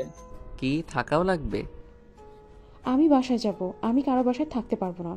ভাবি, আমি বিয়ের পরে দেখব, আমার এভাবে দেখার দরকার নেই। ওই শান্ত হ, অলরেডি 2 ঘন্টার বেশি জার্নি করে ফেলছে, পিছিয়ে যাওয়া সম্ভব না। আকাশ আদিবা কান্না করার মতো অবস্থা। রাফি দুজনকে বুঝিয়ে নিল। 1 ঘন্টা 50 মিনিট জার্নি করে শেষে পাত্রীর বাসের সামনে গিয়ে পৌঁছে গেল। 3 জন নামলে ড্রাইভার ডিকিট থেকে ওদের 3 জনের ব্যাগ আর মিষ্টি নিয়ে যেতে লাগলো। আকাশ এত মিষ্টি দেখে অবাক হয়ে গেল। ড্রাইভার পারছে না দেখে আকাশ নিজের হাতে নিল কিছু মিষ্টির বক্স। 4 জন বাসার ভিতরে ঢুকে কলিং বেল বাজাতেই একজন এসে দরজা খুলে দিল। রাফি সালাম দিল। রাফিদের ভিতরে নিয়ে গেল। কাজের মেয়েদের দিয়ে মিষ্টির বক্সগুলো দিয়ে দিল। ওদের 4 জনকে বসতে দিলে। পাত্রীর বাবা মা সবাইকে ডাকতে লাগলো। সবাই নিচে এসে রাফিদের দেখে বলল, তোমরা এসে গেছো? তোমাদের আসতে কোনো সমস্যা হয় নাই তো? জি না। সবার সাথে পরিচিত হও। তানিয়া রামু সবার সাথে ওদের পরিচয় করিয়ে দিতে লাগলো। সবার সাথে কুশল বিনিময় করে কথা বলা শেষ করে ওদের 2টাই রুমে নিয়ে গেল। আদিবাকে একটা রুমে নিয়ে গেল, আর গেস্ট রুমে ড্রাইভারকে থাকতে দিল। আর আকাশ রাফিকে একটা রুমে নিয়ে গেল। আকাশ আর রাফি ফ্রেশ হয়ে নিল। রাফি আকাশ খাটের উপরে বসলে আকাশ বলল, ভাবিকে তো দেখলাম না। আছে কোনো এক জায়গায়। তোর এত ভাবি খোঁজা লাগবে কেন? যাক বাবা, ভাবিকে দেখতে এসেছি, আর ভাবিকে দেখবো না নাকি? ধৈর্য ধর, দেখতে পারবি। রাত হয়ে গেছে, কোথা দিয়ে কই যে আসলাম বুঝতে পারলাম না। আম্মু, না বলো, আমি নাকি খুব ভালো করে চিনি? কই কিছুই তো চিনলাম না। আম্মু তোকে বোকা বানাইছে। আচ্ছা চল নিচে যাই, এভাবে ঘরে বসে থাকা ঠিক হবে না। এই জন্য কোথাও যেতে মন চায় না, চেনা জানা মানুষ না থাকলে মিশতে সমস্যা হয়ে যায়। আরে সাহস রাখ বুকে, নিচে চল, গিয়ে সবার সাথে কথা বললে পরিচিত হয়ে যাব। আচ্ছা চলো। আকাশ রাফি হেঁটে সিঁড়ি ভেঙে নিচে চলে গেল। সবার সাথে বসে কথা বলতে লাগলো। কথা বলতে বলতে তার ভিতরে আকাশ বলে উঠল, আন্টি, ভাবিকে তো দেখছি না। আসলে অনেক রাত হয়ে গেছে, ওরা সব বোনেরা মিলে ঘুরতে গেছে, সকালে দেখতে পাবে। আচ্ছা তোমরা চলো, খাবার খেয়ে নিবে, খাবার খেয়ে রেস্ট নাও। আদিবা নিচে আসলে 3 জনকে খাবার খেতে দিল। 3 জন খাবার খেয়ে যার যার রুমে চলে গেল। আকাশ রাফি শুয়ে পড়ল। রাফি আকাশের দিকে তাকিয়ে বলল, কিরে তোকে এত কে কল দেয়? আর বলো না ভাইয়া, একটা মেয়ে খুব জ্বালাতন করছে। ব্লক দেই, আরেক সিম দিয়ে কল দেয়। তাই নাকি? মেয়েটাকে? চেয়ারম্যানের ছোট মেয়ে আছে না, ওই এইরকম শুরু করছে। কি বলিস? ওই কেন তোর পিছনে লেগে আছে? জানি না, মেজাজটা গরম করে দেয়। আম্মুকে বলে আম্মু সোজা আবার বিয়ে করিয়ে দিবে। এমনিতে ওকে অনেক পছন্দ করে, আর যদি শুনে আমার প্রেমে হাবুডুবু খাচ্ছে। আকাশের কথা শুনে রাফি হাসতে লাগলো। রাফি আকাশকে বলল, ফোন বন্ধ করে ঘুমিয়ে যা। রাফির কথা মতো আকাশ ফোনটা বন্ধ করে ঘুমিয়ে গেল। সকালে ঘুম থেকে উঠে দুজন ফ্রেশ হয়ে নিচে চলে গেল। আদিবাও আকাশদের পিছন পিছন নিচে নামলো। সবাইকে সালাম দিয়ে সোফায় বসতে বলল। তিনজন বসে কথা বলতে লাগলো। কাজের মেয়ে দুইটা সবাইকে চা দিয়ে চলে গেল। আকাশ চায়ের কাপে চুমুক দিতে যাবে, তখনই কেউ পিছন থেকে সালাম দিয়ে উঠল। সবাই ওদিকে নজর দিলে আকাশ বলে উঠল, ওয়ালাইকুম আসসালাম ভাবি, কেমন আছেন? আলহামদুলিল্লাহ, তোমরা কেমন আছো? তাহলে আমার দুষ্টু দেবর ননদ আসলে? আমি কিন্তু আগে থেকে বলতেছি ভাবির সাথে দেখা করব। আকাশ রাজি হয় না। ভাবি, এটা মিথ্যা কথা। রাফি অবাক হয়ে ওদের দিকে তাকিয়ে থেকে কথা শুনতে লাগলো। তানিয়া ওদের ঝগড়া দেখে হাসতে হাসতে বলল, থাক, দুজন আর মিথ্যে বলতে হবে না। আমি জানি তোমরা দুজন আসতে চাও নাই। আকাশ আদিবা লজ্জা পেয়ে গেল। রাফি অবাক হয়ে গেল। আকাশ তানিয়ার দিকে তাকিয়ে বলল, আমাদের ভুল স্বীকার করলাম, কিন্তু আমরা তো এসেছি গতকাল, কই আপনাকে তো পাইলাম না। সরি পিচ্ছি, 3 দিন ধরে আমার কাজিনরা এসেছে। সবার সাথে 3 দিন এত গল্প করছি, 3টায় রাত ঘুমাই নাই। গতকাল রাতে চোখ এত লেগে গিয়েছিল সবার, তাই সবাই ঘুমিয়ে গেছিলাম। ও আচ্ছা। ভাবি, এটা আমাদের ভাইয়া, দেখেন। আদিবার কথা শুনে তানিয়া লজ্জা পেয়ে গেল। নিচের দিকে তাকিয়ে থাকলো। রাফিও চোখ সরিয়ে নিল লজ্জায়। আকাশ কিছু বলতে যাবে, সাথে সাথে আকাশের ফোনে কল আসলো। আকাশ কিছুটা দূরে গিয়ে রিসিভ করে কথা বলতে লাগলো। তারপর কথা শেষ করে সবাইকে বলল, দুঃখিত, আমাকে এখন চলে যেতে হবে। ভেবেছিলাম ভাবির সাথে আড্ডা দিব, হলো না। বিয়ের পরে আড্ডা দেওয়া যাবে। কেন তুমি চলে যাবে কেন? একটা মিটিং আছে, সেখানে আমাকে যেতে হবে। ভাইয়া, আদিবা, তোমরা তাহলে পরে আসো, আমি যাচ্ছি। আকাশ সবার থেকে বিদায় নিয়ে রুমে গিয়ে ড্রেস পরিবর্তন করে ব্যাগ নিয়ে বের হয়ে গেল। 4 ঘন্টা জার্নি করে বাসায় গিয়ে লাগেজ গুছিয়ে এয়ারপোর্টে চলে গেল। লন্ডনে চলে গেল। 2 মাস পর দেশে ফিরল। আদিবা রাফি আকাশের জন্য অপেক্ষা করছে। আকাশ রাফির কাছে গিয়ে জড়িয়ে ধরল। তারপর 3 জন গাড়িতে উঠে বসলো। আকাশ আদিবার দিকে তাকিয়ে বলল, কি ব্যাপার, তোর মন খারাপ কেন? তুই আমার জন্য কিছু নিয়ে আসছিস নাই, তাই তোর সাথে কথা বলতে ইচ্ছে করছে না। আরে আমি তো মজা করছি, সবার জন্য গিফট নিয়ে এসেছি তো। তুই কবে দেখছস তোর জন্য আমি গিফট নিয়ে আসি নাই? সত্যি নিয়ে এসেছিস? হুম। Thank you. এই দুজনের কথা রাখ। আকাশ, মিটিং কেমন হলো? আমরা ডিলটা পেয়েছি, আর ওরা কাজটা শুরু করে দিবে। তাহলে তো অনেক ভালো পার্টি দিবি নাকি? হ্যাঁ, সবাই চেয়েছে, আব্বুকে তো বলে দিয়েছি। ও আচ্ছা। 3 জন কথা বলতে বলতে বাসায় চলে গেল। বাসায় ভিতরে ঢুকে আকাশ তানিয়ার পিছনে দাঁড়িয়ে চিৎকার দিল। তানিয়া ভয় পেয়ে চিৎকার দিলে সবাই হাসতে লাগলো। রাফি গিয়ে তানিয়াকে জড়িয়ে ধরলে তানিয়া লজ্জা পেয়ে গেল। তানিয়া আকাশের দিকে তাকিয়ে বলল, ফাজিল কোথাকার। ভাবি, আপনি এত ভীতু কেন? আমি ভীতু? ফাজিল একটা। আকাশ সামনের দিকে তাকিয়ে তানিয়ার আব্বু আম্মুকে সালাম দিল। আকাশের আম্মু এসে আকাশকে জড়িয়ে ধরল। 2 মাসে একদম শুকিয়ে গেছিস। রাফি গেলে একটুও টেনশন হয় না, তুই গেলে টেনশন বেড়েই যায়। নিজের খেয়াল রাখতে পারস না, কাজ পাইলে খাওয়া দাওয়া সব কিছু ভুলে যাস। উফ আম্মু, আমি ঠিক আছি। আকাশের আম্মু কিছু বলতে যাবে, তখনই আকাশের আব্বু বলে উঠল, আকাশ। হ্যাঁ আব্বু, বলো। তোর রহিমা খালা অনেক অসুস্থ, তুই তার সাথে দেখা করে যায়। উনি তোকে দেখার জন্য পাগল হয়ে গেছে। কি? খালা অসুস্থ? আমাকে তো একবারও রনি ভাইয়া কিছু বলল না। তুই টেনশন করবি তাই বলার সাহস পাই নাই। আচ্ছা, আমি তাহলে বের হচ্ছি। খাবার খেয়ে বের হ। এখন ক্ষুধা নাই। আকাশ সিঁড়ি ভেঙে নিজের রুমে গিয়ে বাইকের চাবিটা নিয়ে ড্রেস পরিবর্তন করে নিল।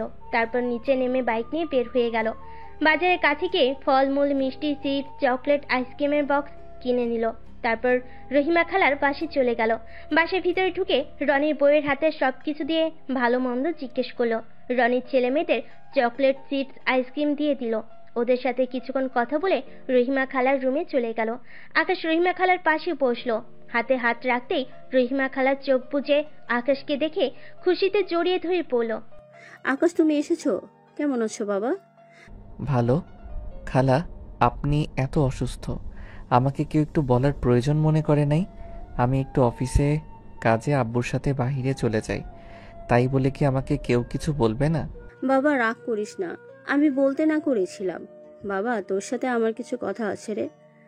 কি কথা খালা? বাবা আমি তোর বেশি দিন বাঁচবো না, আমার তোকে সব সত্যি বলে দেওয়া উচিত। কি কথা খালা? আকাশ তোর একটা অতীত আছে যেটা অনেক ভয়ঙ্কর ছিল। আমি এতদিন তোকে বলার সাহস পাইনি, আজ তোকে বলার সময় এসেছে। আমার অতীত কিসের বুঝলাম না। আরুষ? আরুষ কে খালা? তুই? আকাশ অবাক হয়ে রহিমা খালার দিকে তাকিয়ে বলল, মানে আমার নাম তো আকাশ চৌধুরী, আরুষ কিভাবে হইলাম? আকাশ তুই আগে থেকে কথা ভুলে গেছস। তুমি আগে এতিমখানায় থাকতি, তোর নাম আরুষ ছিল। রহিমা খালা আরুষকে আগের সব ঘটনা খুলে বলতে লাগলো। আকাশ অবাক হয়ে বলল, কি তাহলে ওনার আমার নিজের বাবা মা না? ওনারা তোর আসল বাবা মা। যেই দিন তোকে নিয়ে হসপিটালে যেতে নিয়েছিলাম, গাড়িটায় একটা ট্রাকের সাথে ধাক্কা খাইছিল। তোর অনেক খারাপ অবস্থা ছিল, মারা যাওয়ার মতো অবস্থা হয়ে গেছিল। আমি উপায় না পেয়ে তোর এতিমখানায় কল দিলাম, জানতে পারি তোর আসল বাবা মা তোর খোঁজে এসেছে। পরে তাদের সাথে কথা বলে তারা তোকে নিয়ে লন্ডন নিয়ে গিয়ে চিকিৎসা করায়। তুই সুস্থ হইলে কাউকে চিনতে পারস না, মাথায় এমনভাবে আঘাত লেগেছিল যে স্মৃতি হারিয়ে গেছে। তাহলে আমার স্ত্রী আমার কোনো খোঁজ নেয় নাই? আমাদের সবাইকে নিয়ে এই শহরে চলে আসে, রনি ভাইয়াকে চিকিৎসা করে সুস্থ করে। তারপর তোদের কোম্পানিতে ওকে চাকরি দিলে আমরা এখানে আসছি। এরপর থেকে আর জানি না ওদের কি অবস্থা। আর আমি, বাহ, ওনাদের সন্তান হইলে এতিমখানায় কিভাবে আসলাম? সেইটা তোর আব্বু আম্মু বলতে পারবে, আমি ঠিক বলতে পারবো না। আর শুন, তোর যে বিয়ে হয়ে গেছে এটা তোর আব্বু আম্মু কাউকে জানায়নি, শুধু জানিয়েছে আমরা একই বাসায় কাজ করতাম আর তুই অ্যাক্সিডেন্ট করেছিলি, এটাই জাস্ট বলেছিলাম। আর অ্যাক্সিডেন্টের পরের কাহিনী কিছুই বলি নেই। ও আচ্ছা। আচ্ছা খালা, হসপিটালে চলো, তোমার শরীরটা তো বেশি ভালো না। আমি বাঁচবো না রে, হসপিটালে নিয়ে লাভ নাই। রহিমা খালা কোনো কথা না বলে আরুষকে কোলে তুলে নিয়ে যেতে লাগলো। গাড়িতে ওঠার আগেই রহিমার নিথর দেহটা একেবারে ছেড়ে দিল। রনির বউ আম্মা আম্মা বলে ডাকতে লাগলো। আকাশ রহিমার দিকে তাকিয়ে থমকে গেল। আরুষের চোখ দিয়ে টপ টপ করে পানি পড়তে লাগলো। আরুষ রহিমাকে নিয়ে শুয়ে দিল। সারা বাড়ি কান্নার রোল পড়ে গেল। মাইকে মাইকিং করা শুরু হয়ে গেল। 4টার দিকে রহিমাকে কবর দিয়ে আকাশ বাসায় ফিরে আসলো। কলিং বেল চাপ দিতেই আদিপা দরজা খুলে দিল। আকাশের দিকে তাকিয়ে ভয় পেয়ে গেল। আকাশ কি হয়েছে? তোর চোখ দুইটা লাল হয়ে আছে কেন? আকাশ আদিপার কোনো কথা না শুনেই ভিতরে ঢুকে পড়লো। আকাশ ভিতরে ঢুকে ওর আব্বু আম্মুর দিকে তাকালো। আকাশের আব্বু কিছু বলতে যাবে, তখনই রূপা আকাশকে দেখে চমকে গেল। আরুষ? আকাশ রূপার দিকে তাকালে রূপা আরুষের কাছে এসেছে, শরীরে হাত দিতে যাবে, সাথে সাথে আকাশ বলে উঠল, কে আপনি? আমার শরীরে হাত দিচ্ছেন কেন? আপু কি করছো? ওই আমার দেবর আকাশ। রূপা অবাক হয়ে আকাশের দিকে তাকিয়ে দেখতে লাগলো। আকাশ রূপাকে এড়িয়ে গিয়ে ওর আব্বুর সামনে গিয়ে বলল, আব্বু আম্মু, তোমাদের সাথে আমার কথা ছিল। আকাশ তোর কি হয়েছে? তোর চোখ লাল হয়ে আছে কেন? তুই কি কান্না করছস নাকি? আম্মু, রহিমা খালা মারা গেছে। সবাই অবাক হয়ে গেল। রূপা আকাশের দিকে তাকিয়ে বলল, কি রহিমা খালা মারা গেছে? ওনার কি হয়েছিল? রূপার কথা শুনে সবাই অবাক হয়ে তার দিকে তাকালে আকাশ ওর আম্মুকে বলল, আম্মু আব্বু, তোমরা একটু রুমে আসবে? আকাশ ওর আব্বু আম্মুকে নিয়ে রুমে চলে গেল। আকাশ দরজা লাগিয়ে দিয়ে বলল, আম্মু আব্বু সত্যি করে বলো, আমি কি তোমাদের সন্তান? আকাশের আব্বু আম্মু অবাক হয়ে বলল, এইসব কি বলিস? হ্যাঁ, তুই আমাদের সন্তান। তাহলে আমি এতিমখানায় কিভাবে গেলাম? তুই এইসব কিভাবে জানলি? রহিমা খালা আমাকে মৃত্যুর আগে সব বলে গেছে। ও শুন, তুই আমাদের সন্তান। আমরা একবার ওই শহরে ঘুরতে গিয়েছিলাম, তখন তোর বয়স 7 বছর ছিল।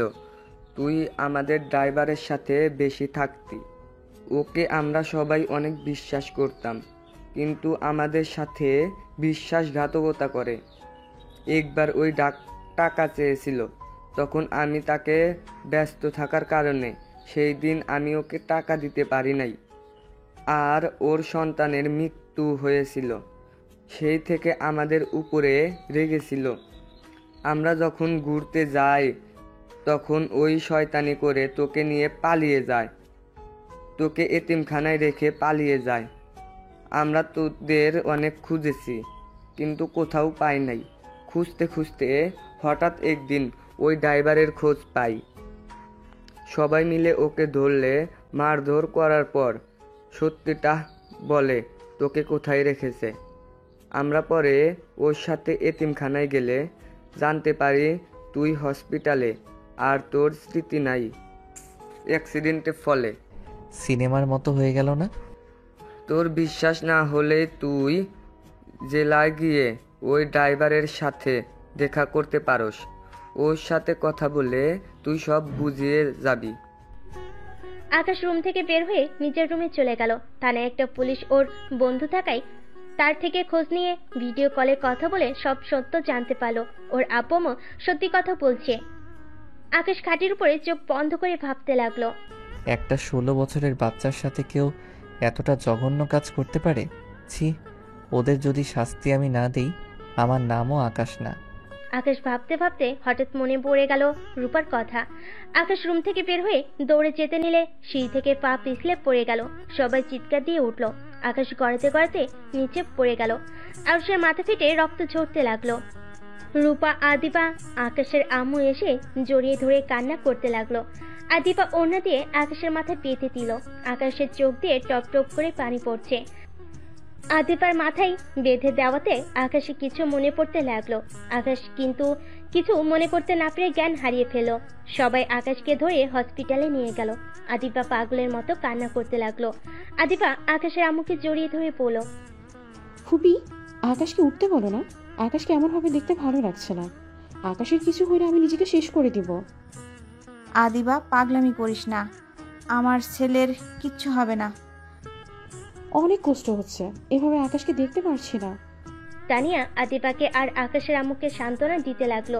আর এদিকে আকাশের রক্ত দরকার হলে রাফি আকাশকে রক্ত দিতে চলে গেল। 2 দিন পর আকাশের জ্ঞান ফিরে আকাশ চোখ খুলে দেখে ওই হসপিটালে বেডে শুয়ে আছে। আকাশের মাথার কাছে একটা মেয়ে শুয়ে আছে। আকাশ উঠে হাতে ইঞ্জেকশন খুলে ফেলল। আদিবা আকাশকে নড়তে দেখে শোয়া থেকে উঠে পড়ল। আকাশকে দেখে বলল, আকাশ, এসব কি করছো? তোমার জ্ঞান ফিরেছে? আপনি কে? আমি কে মানে? আপনি কে? আপনাকে ঠিক চিনলাম না। আর আমি এখানে, আমার বউ কোথায়? আদিবা আকাশের কথা শুনে যেন হা হয়ে ওর কথা শুনতে লাগলো। আকাশ বেড থেকে উঠে দরজা খুলে বাহিরে আসলো। দেখতে পেল সবাই বসে আছে। আকাশকে দেখে সবাই উঠে আসলে আকাশ সবাইকে সরিয়ে দিয়ে বলল, আরে কারা আপনারা? আমাকে এভাবে ধরছেন কেন? আমাকে ছেড়ে দেন, আমি বউয়ের কাছে যাব। আকাশ, এসব কি বলছিস? আকাশ কে ভাবি? আরুষ, তুমি আমাকে চিনতে পারছো? ভাবি কি বলেন? আপনাকে চিনব না কেন? ভাবি ওনারা কারা? আমাকে এভাবে ধরছে কেন? ওনারা আমার চাচাতো বোনের শ্বশুর বাড়ির লোক। ভাবি আমার বউ কোথায়? বাচ্চাদের মতো ঠোঁট বিছিয়ে কান্নামাখা কণ্ঠে বলল। রূপা ঢোক গিলে ভয়ে ভয়ে বলল, আরুষ, তোমার বইয়ের কাছে নিয়ে যাব। তুমি অসুস্থ, তুমি আগে বেডে শুয়ে থাকো। না না, আমি বউয়ের কাছে যাব। রহিমা খালা বলেছে বউয়ের সাথে থাকতে। ভাবি আপনি আমাকে মারছেন, আমি তো ভুলে গেছিলাম। আমি আপনাকেও চাই না, আমার বউকেও চাই না। আমি এখনই আপনাদের বাড়ি থেকে চলে যাব। আপনারা অনেক পচা। কথাগুলো পরে কান্না করতে লাগলো। সবাই অবাক হয়ে গেল। আদিবা আকাশকে বলল, তোমাকে মারতো মানে? কি বলছো এসব? হায় আল্লাহ, আমি এটা কি করে দিলাম? ভাবি প্লিজ আমাকে মারবেন না। আমি ইচ্ছে করে এমন করি নাই। আমার খেয়াল ছিল না এখানে সবাই আছে। আরুষ, চুপ করো। তোমার সাথে আকাশের কি সম্পর্ক? আন্টি, আমি আপনাদের পরে বলছি। আরুষ, চলো বাসায় যাই। না, আমি আপনার সাথে যাব না। আমি এতিমখানায় চলে যাব। আর বউ আমাকে একটু ভালোবাসে না। আমি হসপিটালে, আর বউ একবার দেখা করতে আসলো না। রূপা, ওই কাকে বউ বলছে? ওর বউ কে? টিয়ার কথা বলেছে ওই। কি? টিয়া ওর বউ কিভাবে হলো? আমার মাথায় কিছু ঢুকছে না। এইসব কি হচ্ছে? তুই ওকে আরুষ বলে ডাকোস, আর রাফিরা আকাশ বলে ডাকে। আসলে ওর আসল নাম কি? আমি তো আপনাকে চিনি, আপনি তো বউয়ের চাচাতো বোন হন। কথাটা বলে কান্না করতে লাগলো। রূপা আকাশকে ধরতে গেলে আকাশ ধাক্কা মেরে বলল, আমাকে টাচ করবেন না। পরনারী হয়ে পরপুরুষকে টাচ করতে লজ্জা করে না? কতবার বলছি আমার কাছে আসবেন না। আমি আপনার সাথে। আকাশ আর কিছু বলতে যাবে তার আগেই রূপা মুখ চেপে ধরে আকাশকে নিয়ে যেতে লাগলো। আকাশ ছুটার চেষ্টা করলো। রূপা কানে কানে বলল, বেশি বুঝলে তোমার খবর আছে, চুপচাপ আমার সাথে চলো। এই মেয়ে, তুমি আমার ছেলেকে নিয়ে কোথায় যাচ্ছ? আন্টি, বাসায় যেতে হবে। আরুষের তো স্মৃতিশক্তি ফিরে এসেছে, ও আপনাদের চিনছে না, ওকে ভালো করে বোঝাতে হবে। তুমি আমাদের বাসায় নিয়ে চলো, তারপর ওর সাথে কথা বলে সব বুঝালে ওই বুঝবে। আকাশ আপু বিল পেমেন্ট করতে চলে গেল। সবাই গাড়িতে উঠে বসলো। আকাশের আম্মু আকাশের পাশে বসলো, ডান সাইডে রূপা বসলো, আর পিছনে তানিয়া, আদিবা, রাফি বসলো। অন্য গাড়িতে আকাশের আব্বু, তানিয়ার আপু আম্মু যেতে লাগলো। আরুষ কান্না করতে করতে বলল, বউ কেন আসলো না? বউয়ের বোনও আসলো, তার শ্বশুরবাড়ির মানুষও আসলো, আপনিও আসলেন, আর বউ আসলো না। কথাগুলো বলে কান্না করতে লাগলো। সারা রাস্তায় এক কথা বলতে বলতে কান্না করলো। বাসার ভিতরে নিয়ে গেলে আকাশ বলে উঠল, এইটা তো বউয়ের বাসা না। আমাকে কোথায় নিয়ে আসলেন ভাবি? ভাবি, আমি বউয়ের কাছে যাব। আমি একবার বউয়ের সাথে দেখা করতে চাই। আমি শুধু জানতে চাই আমাকে ভালোবাসলে কি এমন ক্ষতি হতো? আমি তো তার স্বামী।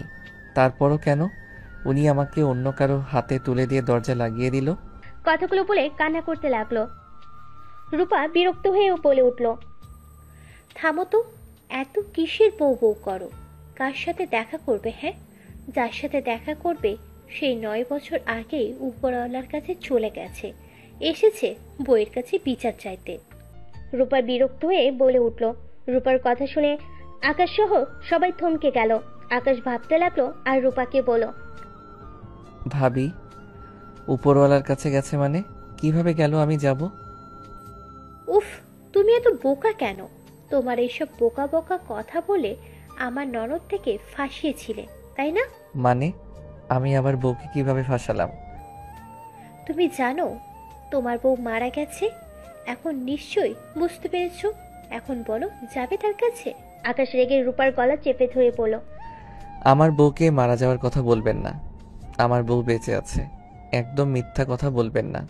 রূপাকে গলা চেপে ধরে সবাই ছাড়াতে আসলে তখনই পিছন থেকে টিয়ার আব্বু আম্মু চলে আসে। টিয়ার আম্মু ডাক দিলে আরুষ রূপার গলা ছেড়ে দিয়ে পিছনে তাকিয়ে বলল, সরি ম্যাম। দেখেন না ম্যাম, ভাবি কি বলে। উনি বলে বউ নাকি মারা গেছে। উনি তো আমার মাথায় আঘাত করেছিল। তাহলে আমি মরে যাওয়ার কথা, বউ কিভাবে মারা গেল? আরুষ, রূপা ঠিক বলছে, তুমি ওখানে চুপ করে বসো, আমি তোমাকে সব খুলে বলি। না, শুনবো না। আপনিও মিথ্যাবাদী। আমি স্যারকে সব বলে দিব।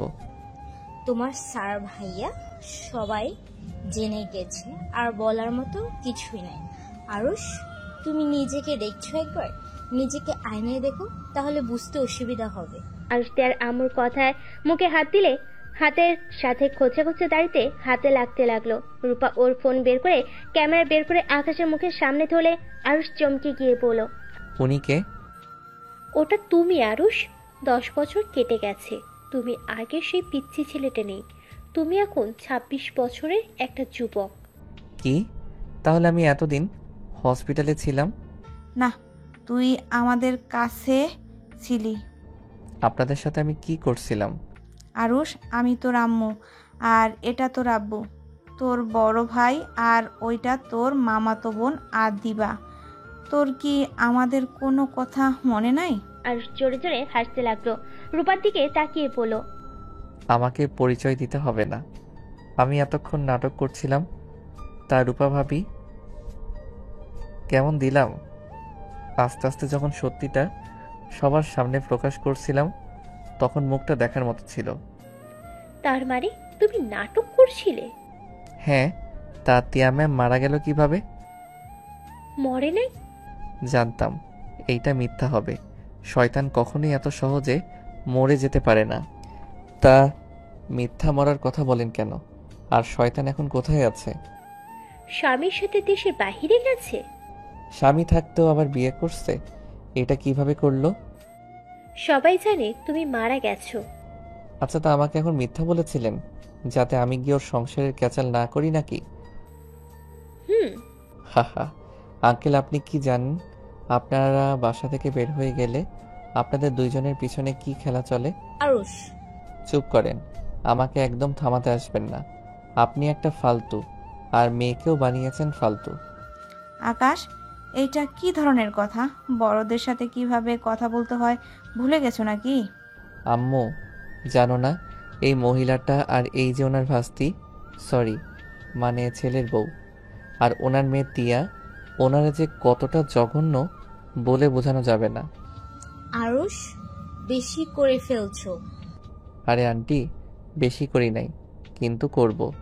আর আপনার মেয়েকে তো আমি শান্তিতে সংসার করতে দিব না। আপনাদের তিনজনকে আমি জেলের ভাত না খাওয়া পর্যন্ত ছাড়ব না। তাই নাকি? টিয়াকে জেলের ভাত খাওয়াতে পারবে? সমস্যা নেই, ও সব সত্যি সবাইকে বলে দাও। আর তোমার আর টিয়ার যে মেয়ে আছে তাকে জীবনে কখনো বিয়ে দিতে পারবে তো? যদি কখনো জানে তার মা একজন ছিল, তখন কেউ বিয়ে করবে তোমার মেয়েকে? রূপার কথা শুনে আকাশ অবাক হয়ে গেল। আকাশ হাসতে হাসতে বলল, আমার মেয়ে মানে? ওইটা কার না কার মেয়ে, আমার মেয়ে বলে চালিয়ে দিলে হবে? সব প্রমাণ দিতে পারবে আয়াত তোমার আর টিয়ার মেয়ে? রূপার কথা শুনে টিয়ার আব্বু আম্মু অবাক হয়ে গেল। টিয়ার আব্বু অবাক হয়ে বলে, রূপা এসব কি বলে? রূপা হেসে বলে, আব্বু আমি ঠিক বলছি, টিয়া আর আরুষের বিয়ে হয়েছিল। আরুষের বুয়া জন্মদিন সার্টিফিকেট তৈরি করে, টিয়ার সাথে বিয়ে করানো হয়, আর আয়াত ওর আর আরুষের বাচ্চা। কিন্তু সবাই তো জানি যে আরুষ মারা গেছে, আর টিয়াও পাগল হয়ে গিয়েছিল, ওকে পাগলাগারোতে রাখা হয়েছিল। ওইগুলো তো দেখেছেন। তারপর তো আপনি ওকে জোর করে বাসায় নিয়ে আসলেন। পরে যখন জানতে পারলাম আমরা টিয়া প্রেগনেন্ট, তখন আমার ভাইয়ের সাহায্যে ওর সাথে মিছে বিয়ে দেওয়ার নাটক করা হয়েছিল। টিয়া আরুষকে ভালোবেসে আর ওই রাতুলকে বিয়ে করতে চায় নাই, এখনও মিথ্যে বিয়ের নাটক করে যাচ্ছে। আর রাতুল বিয়ে করেছে লন্ডনে। শুধু আপনাদের চোখে ওই টিয়ার স্বামীটা এটাই, কিন্তু টিয়া আয়াতকে নিয়ে দূরে থাকে। আপনারা যখন যান তখনই রাতুলের বাসায় যায়। টিয়ার আব্বু যেন হাত পা কাঁপছে। রূপা আকাশের দিকে তাকিয়ে বলল, কি করবে বলো? আমাদের সব গোপন কথা ফাঁস করবে? এতে তোমার মেয়ের ক্ষতি, আমাদের কি আর হবে? জেলে যাব, আর না হয় আমাদের ফাঁসি হবে। আর এই জীবন এমনিতেও চায় না। তিলে তিলে এইভাবে মরার থেকে একেবারে মরে যাওয়া ভালো। খারাপ মহিলা আবার আমাকে ভালোবাসে, কথাটা শুনে প্রচণ্ড হাসি পাচ্ছে। ভাবা যায় যে মহিলা ছোট ছোট ছেলেদের অবস্থা খারাপ করে দিয়েছে, এমনকি পাগলও বানিয়ে দিয়েছে। রাক্ষসী, যার মনে মায়া দয়া বলে কিছুই নাই, সেই মহিলা নাকি আমাকে ভালোবাসে, আমার সন্তানকে দিয়ে নাকি একা জীবন কাটাচ্ছে। সেই কথা নাকি আমাকে বিশ্বাস করতে হবে? বিশ্বাস করো আর নাই করো, এটাই সত্যি। ওয়েট, আমি কল দিই। রূপা টিয়াকে কল দিল। ভিডিও কল দিলে আজ কলটা রিসিভ করলো। আজ রূপাকে রূপা সালাম নিয়ে পড়লো, মামনি তোমার আম্মু কোথায়? তোমরা না আসবে বলে, কবে আসবে? আজ রূপাকে বললো, আসবো তো, আমার লাগেজ গুছাচ্ছে, লাগেজ গুছানো হলে রেডি হয়ে বের হব। আর মামনি আপনি যেন নানু ভাইকে আর নানুকে বলেন না, আমি কিন্তু সারপ্রাইজ দিব। কথাগুলো বলতে বলতে টিয়ার কাছে ফোন নিয়ে গেল, টিয়ার হাতে দিয়ে লাগেজ গুছাতে লাগলো। টিয়া ফোনটা সামনে রেখে বলল, ভাবি কি করছো? শুনলাম তানিয়া আপুর শ্বশুরবাড়িতে গেছো। তানিয়া আপু মনে হয় অনেক রাগ করেছে, তার বিয়েতে যেতে পারি নাই। আয়াতের পরীক্ষা চলছিল, এই অবস্থায় যাওয়াটা মুশকিল হয়ে যায়। আচ্ছা, ওটা সমস্যা নাই, তানিয়াকে বুঝিয়ে দিব। রাতুল কোথায়? ওর বাসায় তো আছে। কিছু হয়েছে নাকি? রাতুলের ছেলেটার জ্বর এসেছে, মনে হয় হসপিটালে গেছে। ও, আসলে কল দিচ্ছিলাম, পাচ্ছিলাম না, ভাবলাম তোমার বাসায় এসেছে নাকি। না, আমার বাসায় আসে নাই। গতকাল আমাকে ফোন দিয়ে বলতেছে, আপু বাবুর তো খুব জ্বর, কি করব? পরে কিছু মেডিসিন বলে দিয়েছিলাম, ওইটুকু, আর কথা হয় নাই। আয়াত বলল রাতুলের বাসায় গেছিল, ওরা নাকি হসপিটালে গেছে। ও আচ্ছা, টিয়া আর কতদিন এইভাবে চলবে? এবার মনে হয় আব্বু আম্মু সবাইকে বলে দেওয়া উচিত। আর আয়াত ভুলবশত যদি কখনো বলে দেয়। রূপার কথা শুনে টিয়া হাসতে লাগলো আর বলতে লাগলো, আর ভাবি বলো না, এই মেয়ে পুরো ওর বাপের মতো হয়েছে। একটা কথা বলতে না চাইলে জীবনেও বলে না, ইসলামিক মাইন্ডে চলার চেষ্টা করে, যেমন আরুষ করতো। টিয়া কথাগুলো ভাবতেই চোখ দিয়ে টপ টপ করে পানি গড়ে পড়তে লাগলো। রূপা টিয়াকে কান্না করতে দেখে বলল, কান্না করো না, বাপের মতো হচ্ছে এটা ভালো তো, আমাদের মতো তো আর হচ্ছে না। জানো ভাবি, ওর ব্যবহার দেখে আরুষের কথা খুব মনে পড়ে। মাঝে মাঝে ভাবি আরুষ যদি বেঁচে থাকতো, বাপ বেটিকে সামলানো অনেক কঠিন হয়ে যাইতো। সারা দিন বলতো এইটা করো না, ওইটা করো না, এইটা পাপ হয়, তাই না? বউ এইটা করবো না, এইটা করলে গুনাহ হবে। আর এদিকে তার মেয়ে বলে যদি একটু মিথ্যা বলি সাথে সাথে বলবে, মাম্মা তুমি মিথ্যা কেন বললে, তুমি জানো না মিথ্যা বললা পাপ। হুবহু আরুষের মতো ব্যবহার করবে। কান্না করো না, তোমরা তাহলে রেডি হয়ে আসো। আচ্ছা ভাবি, ফোন রাখি। আবার আমার চোখে পানি দেখলে শুরু করে দিবে কেন কান্না করলাম, হাজার প্রশ্ন করবে। আচ্ছা। টিয়া কলটা কেটে দিল। রূপা আরুষের দিকে তাকিয়ে বলল, কি মনে হলো রাতুলের সাথে ওর বিয়ে হয় নাই? আমি যা বলছি সব সত্য। আর আয়াত দিয়ে আসছে, ডিএনএ টেস্ট করলে তো প্রমাণ হয়ে যায়। আরুষ কোনো কথা বলল না। আরুষ সিঁড়ি ভেঙে নিজের রুমে চলে গেল।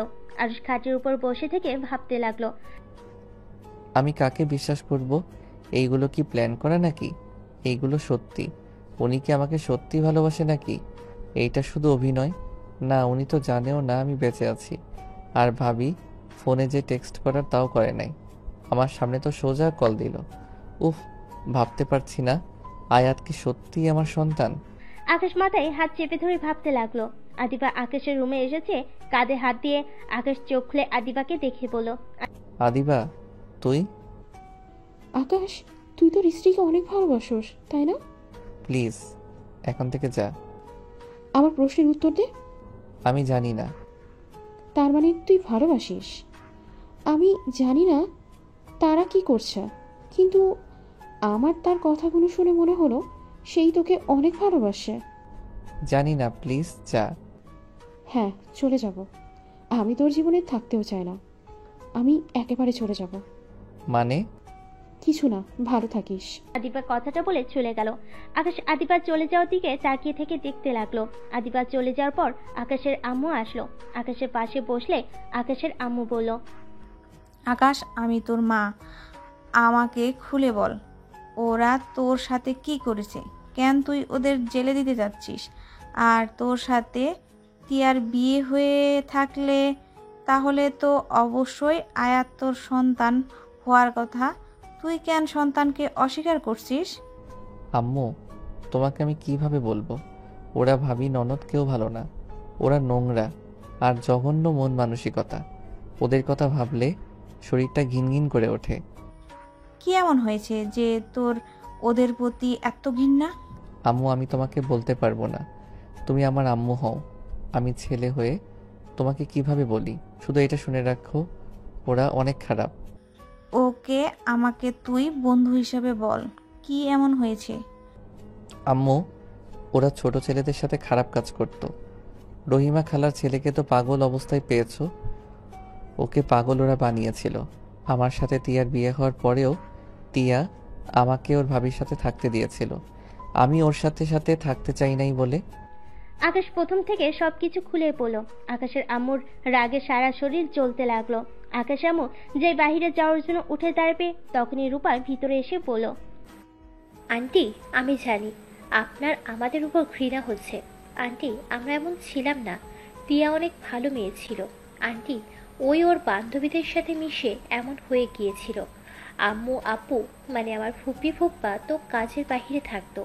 সন্তানরা কে কোথায় থাকে কেউ খোঁজ নেয় নাই। সেখানে সন্তানদের যদি বাবা মা দেখে শুনে না রাখে, সন্তানরা ভুল পথে যাবে, এটাই স্বাভাবিক। আর আমার কথা বললে এটা শয়তানের ধোঁকা। আমাকে ফুপাতো ভাইয়ের সাথে বিয়ে দিয়েছিল, কিন্তু সেই আমাকে বউ হিসেবে মানলেও আমার জন্য তার সময় হয় নাই। একটা স্ত্রী তার স্বামীর থেকে কি আশা করে? অবশ্যই সময় চাইবে, ভালোবাসা চাইবে।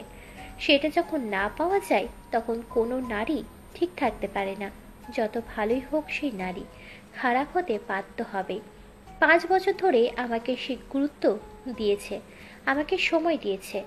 আমার তো আর কারোর কাছে যেতে মন চায় না। রূপার কথাগুলো বলে কান্না করতে লাগলো। আকাশের আম্মুর রাগ এক নিমিষে পানি হয়ে গেল।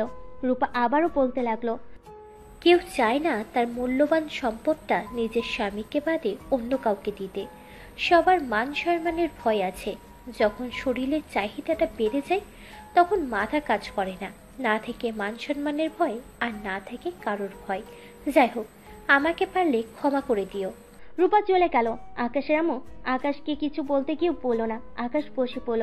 আকাশের আম্মু আকাশের দিকে তাকিয়ে কিছু না বলে নিচে চলে গেল। নিচে গিয়ে দেখে তার আব্বু আম্মু রূপা সবার থেকে ক্ষমা চেয়ে চলে যেতে লাগলো। আকাশের আম্মু থেকে যেতে বলে থাকলো না, সবাই চলে গেল। রাফি আকাশের আব্বু সোফায় বসে পড়ল। আকাশের আম্মু আকাশের আব্বু আর রাফিকে বলল, রাফির আব্বু, তোমার সাথে আমার কথা আছে, আমার সাথে একটু রুমে আসবে? আকাশের আব্বু আম্মু নিজেদের রুমে চলে গেল। আকাশের আব্বু খাটে হাত পা ছেড়ে দিয়ে শুয়ে পড়ল। আকাশের আব্বু বলল, বলো, কি বলবে? আকাশের আম্মু আকাশের আব্বুকে প্রথম থেকে সবকিছু বলল। কথা শেষ করে বলল, আমি আমার বৌমা আর নাতিকে ফিরে আনতে চাই। আকাশ কি বলে? ওই কি মেনে নিয়েছে?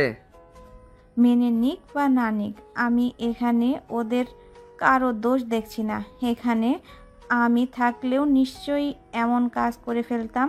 হ্যাঁ, ওদের ভুল আছে। ওরা ছোট ছেলেদের সাথে এমন কাজ করাটা ঠিক করে নাই। আর এখন যখন ওদের ভুল ওরা বুঝতে পারছে, এটা সুযোগ দেওয়া উচিত আমাদের নাতির কথা ভেবে। আচ্ছা যাক, দিনটাই যাক, তারপর দেখা যাবে। আর ওরা তো আজকে আসবে জার্নি করে, রেস্টের ব্যাপার আছে। আকাশের আব্বু আম্মু মিলে কথা বলতে লাগলো। আর এইদিকে আকাশ আদিবার রুমে গিয়ে দেখে আদিবার জামা কাপড় লাগেজ গুছিয়ে নিচ্ছে। আকাশ আদিবার খাটের উপরে বসে নিচের দিকে কিছুক্ষণ তাকিয়ে আদিবার দিকে তাকিয়ে বলল, আদিবা, তোমাকে একটা কথা বলার আছে। আমার কিছু শোনার নাই, তুই ভালো থাক, এইটাই চাওয়া। আমি তোকে ভালোবাসি। আকাশের কথা শুনে আদিবা থমকে গেল। আদিবা পিছনে ঘুরে তাকিয়ে বলল, এইসব কি বলিস? যা শুনছিস ঠিক শুনছিস। তোর স্ত্রী সন্তান আছে, আর তুই তো আমাকে সহ্য করতে পারিস না। তাহলে হঠাৎ কিভাবে আমাকে ভালোবাসলি? হ্যাঁ, প্রথমে সহ্য করতে পারি নাই, কারণ আম্মু আমার থেকে তোকে বেশি ভালোবাসা দিত, যেটা দেখে আমার হিংসা হতো, যার কারণে তোকে আমি সহ্য করতে পারতাম না। কিন্তু তোর সাথে থাকতে থাকতে আমি তোকে ভালোবেসে ফেলেছি। আদিবা আকাশের কথা শুনে সোফায় বসে পড়ল ঠাস করে। আকাশের দিকে তাকিয়ে বলল, এই কথাটা শোনার জন্য আমি কতদিন অপেক্ষা করেছি জানিস? যখন শোনার ইচ্ছেটাই নাই তখন প্রকাশ করলি। এই ভালোবাসাটা আগে কেন প্রকাশ করলি না? আমি সব কিছু প্রকাশ করতে পারি না, আমি কেমন যেন অন্যরকম হয়ে গেছি। আমি যতবার তোকে ভালোবাসা প্রকাশ করতে গেছি, আমি জানি না কেন জানি বলতে পারি নাই, উল্টা ঝগড়া লেগে গেছে। এখন বলার কি দরকার ছিল? যেখানে তোর স্ত্রী আছে, সন্তান আছে, তোর কি মনে হয় আমি তোদের ভিতরে কাটা হয়ে দাঁড়াবো? আর তুই আমাকে এইটা বলে ঠিক করলি না। নিজেকে একটা কথা ভেবে মানিয়ে নিয়েছিলাম, একতরফা ভালোবাসা, দূর থেকে ভালোবেসে যাব। কিন্তু এখন আমি নিজেকে কিভাবে মানিয়ে নিব বল? আদিবা কথাগুলো বলে কান্না করতে লাগলো। আকাশ আদিবার কাছে গিয়ে হাঁটুকে বসে পড়ল, আমি জানি তোকে এই কথাটা বলে আমি ঠিক করি নাই, কিন্তু আমি স্বার্থপরের মতো কাজ করলাম। এই কথাটা যদি তোকে বলতে না পারতাম, সারা জীবন আমার বুকের ভিতর চাপা একটা কষ্ট নিয়ে সারা জীবন চলতে হতো। আমাকে ক্ষমা করে দিস। বাহ, তুই সত্যি মহান। নিজের কষ্ট হবে বলে আমার কাছে প্রকাশ করে দিলি, অথচ একবার ভেবেও দেখলি না আমি কেমন থাকবো তোকে ছাড়া। আমি সুখে থাকতে পারবো তো তোকে ছাড়া? আদিবা কথাগুলো বলে কান্না করতে লাগলো। আকাশ আদিবার দুই হাতটা শক্ত করে চেপে ধরে থুতনি রেখে চোখের অশ্রুগুলো ছেড়ে দিয়ে বলল, আমি জানি তুই অনেক কষ্ট পাচ্ছিস, কিন্তু একটা জিনিস ভেবে তো নিজেকে সান্ত্বনা দিতে পারবি। আমি একটু হইলেও তোকে ভালোবাসি।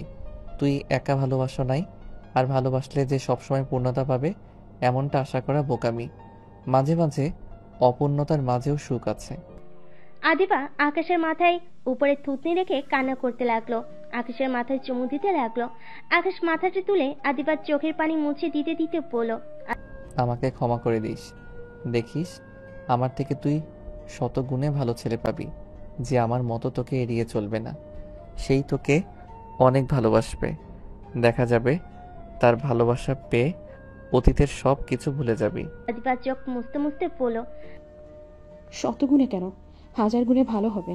আর আমাকে অনেক ভালোবাসবে। আর আমিও আমার জামাইকে অনেক ভালোবাসবো। তোকে দেখিয়ে দেখিয়ে বেশি আদর করব। তুই তখন জ্বলবি আর আমি ওইটা দেখে মজা নিব। আদিবার কথা শুনে আকাশ হেসে ফেলল। দুজন হাসতে লাগলো। চোখের পানিগুলো আপন মনে ঝরতে লাগলো। আদিবা নিজেকে কন্ট্রোল করতে না পেরে আকাশকে শক্ত করে জড়িয়ে ধরল। আকাশ শেষবারের মতো আদিবাকে জড়িয়ে ধরে কপালে চুমু দিয়ে বলল, নে, ভালোবাসা স্পর্শ এঁকে দিলাম। এই কপালে খালি সুখ আর সুখ। মানে আল্লাহ যদি দেয় তাহলে পাইবি, না হলে ঘোড়ার ডিম পাবি। আকাশের কথা শুনে আদিবা ফিক করে হাসতে লাগলো আর আকাশকে মারতে লাগলো। আকাশও আদিবার হাসি দেখে হেসে ফেলল। আদিবা আকাশকে বলল, যা, আমাকে ছেড়ে দে। যা, তোর বউ আর বাচ্চাকে নিয়ে আসার ব্যবস্থা কর। করব, কিন্তু এত বছর পর ওদের সামনে গিয়ে কিভাবে কথা বলবো বুঝতে পারছি না। আমি শিখিয়ে দিই। ওদের সামনে গিয়ে বলবি, আমি একটা ফকির, আমাকে বউ ভিক্ষা দিন আর বাচ্চা ভিক্ষা দিন। আকাশ আদিবার কথা শুনে হাসতে লাগলো, সাথে আদিবাও হাসতে লাগলো। দুজন সারা রাত গল্প করতে লাগলো। 4টার দিকে আকাশ নিজের রুমে গিয়ে ঘুমিয়ে পড়ে। সকাল 10টায় ঘুম ভাঙলে দেখে আদিবা তাকিয়ে আছে। আকাশ লাফ দিয়ে খাট থেকে উঠে বলল, কি রে পেতনি, এখানে কি করস? তোকে দেখছিলাম। আজকে তো শেষবারের মতো তোকে কাছ থেকে দেখতে পাবো, আর কখনো হয়ে উঠবে না হয়তো, তাই মন ভরে দেখতেছিলাম। ও, আগে বলবি তো, তাহলে আরো কিছুক্ষণ শুয়ে থাকতাম। তুই বলার সুযোগ দিয়েছিস, লাফ দিয়ে উঠে পড়লি। আবার শুয়ে পড়বো নাকি? আদিবা আকাশের কথা শুনে মুখ ভেঙচি কেটে বলল, দরকার নাই, শোন, 10টা বেজে গেছে। তোকে ফুপি অফিসে যেতে বলছে। আব্বু কোথায়? ওইটা জানি না, তোকে যেতে বলছে, যা। আমাকে তো পরে যাস, তোর বউ হারিয়ে যাচ্ছে না। শোন, আসার সময় চকলেট নিয়ে আসিস, আর গোলাপ ফুল নিয়ে আসছিস। ভাই, তুই বড় হয়ে গেছস, এখন এসব বন্ধ কর। চুপ কর, যা বলছি তাই করবি। আর তাড়াতাড়ি বের হ, 10টা বেজে গেছে। সবাই বলবে বসে তো লেট করলে, আমরা লেট করে আসলে তো সমস্যা হয় কেন? আচ্ছা থাক। আকাশ ওয়াশরুমে চলে গেল। গোসল করে বের হয়ে দেখে আদিবা বিছানার উপরে শার্ট প্যান্ট কোট বের করে রেখে দিয়েছে। আকাশ আদিবার পছন্দের পোশাক পরে ঘড়ি পরে রেডি হয়ে নিল। রেডি হয়ে নিচে চলে গেল। আদিবা খেতে দিল। আকাশ খাবার খেয়ে আদিবার থেকে বিদায় নিয়ে অফিসের উদ্দেশ্যে বের হয়ে গেল। সেদিন অফিস করে ক্লান্ত হয়ে বাসার দিকে রওনা দিল। আদিবার বলা সবকিছু কিনে নিয়ে বাসার দিকে রওনা হলো।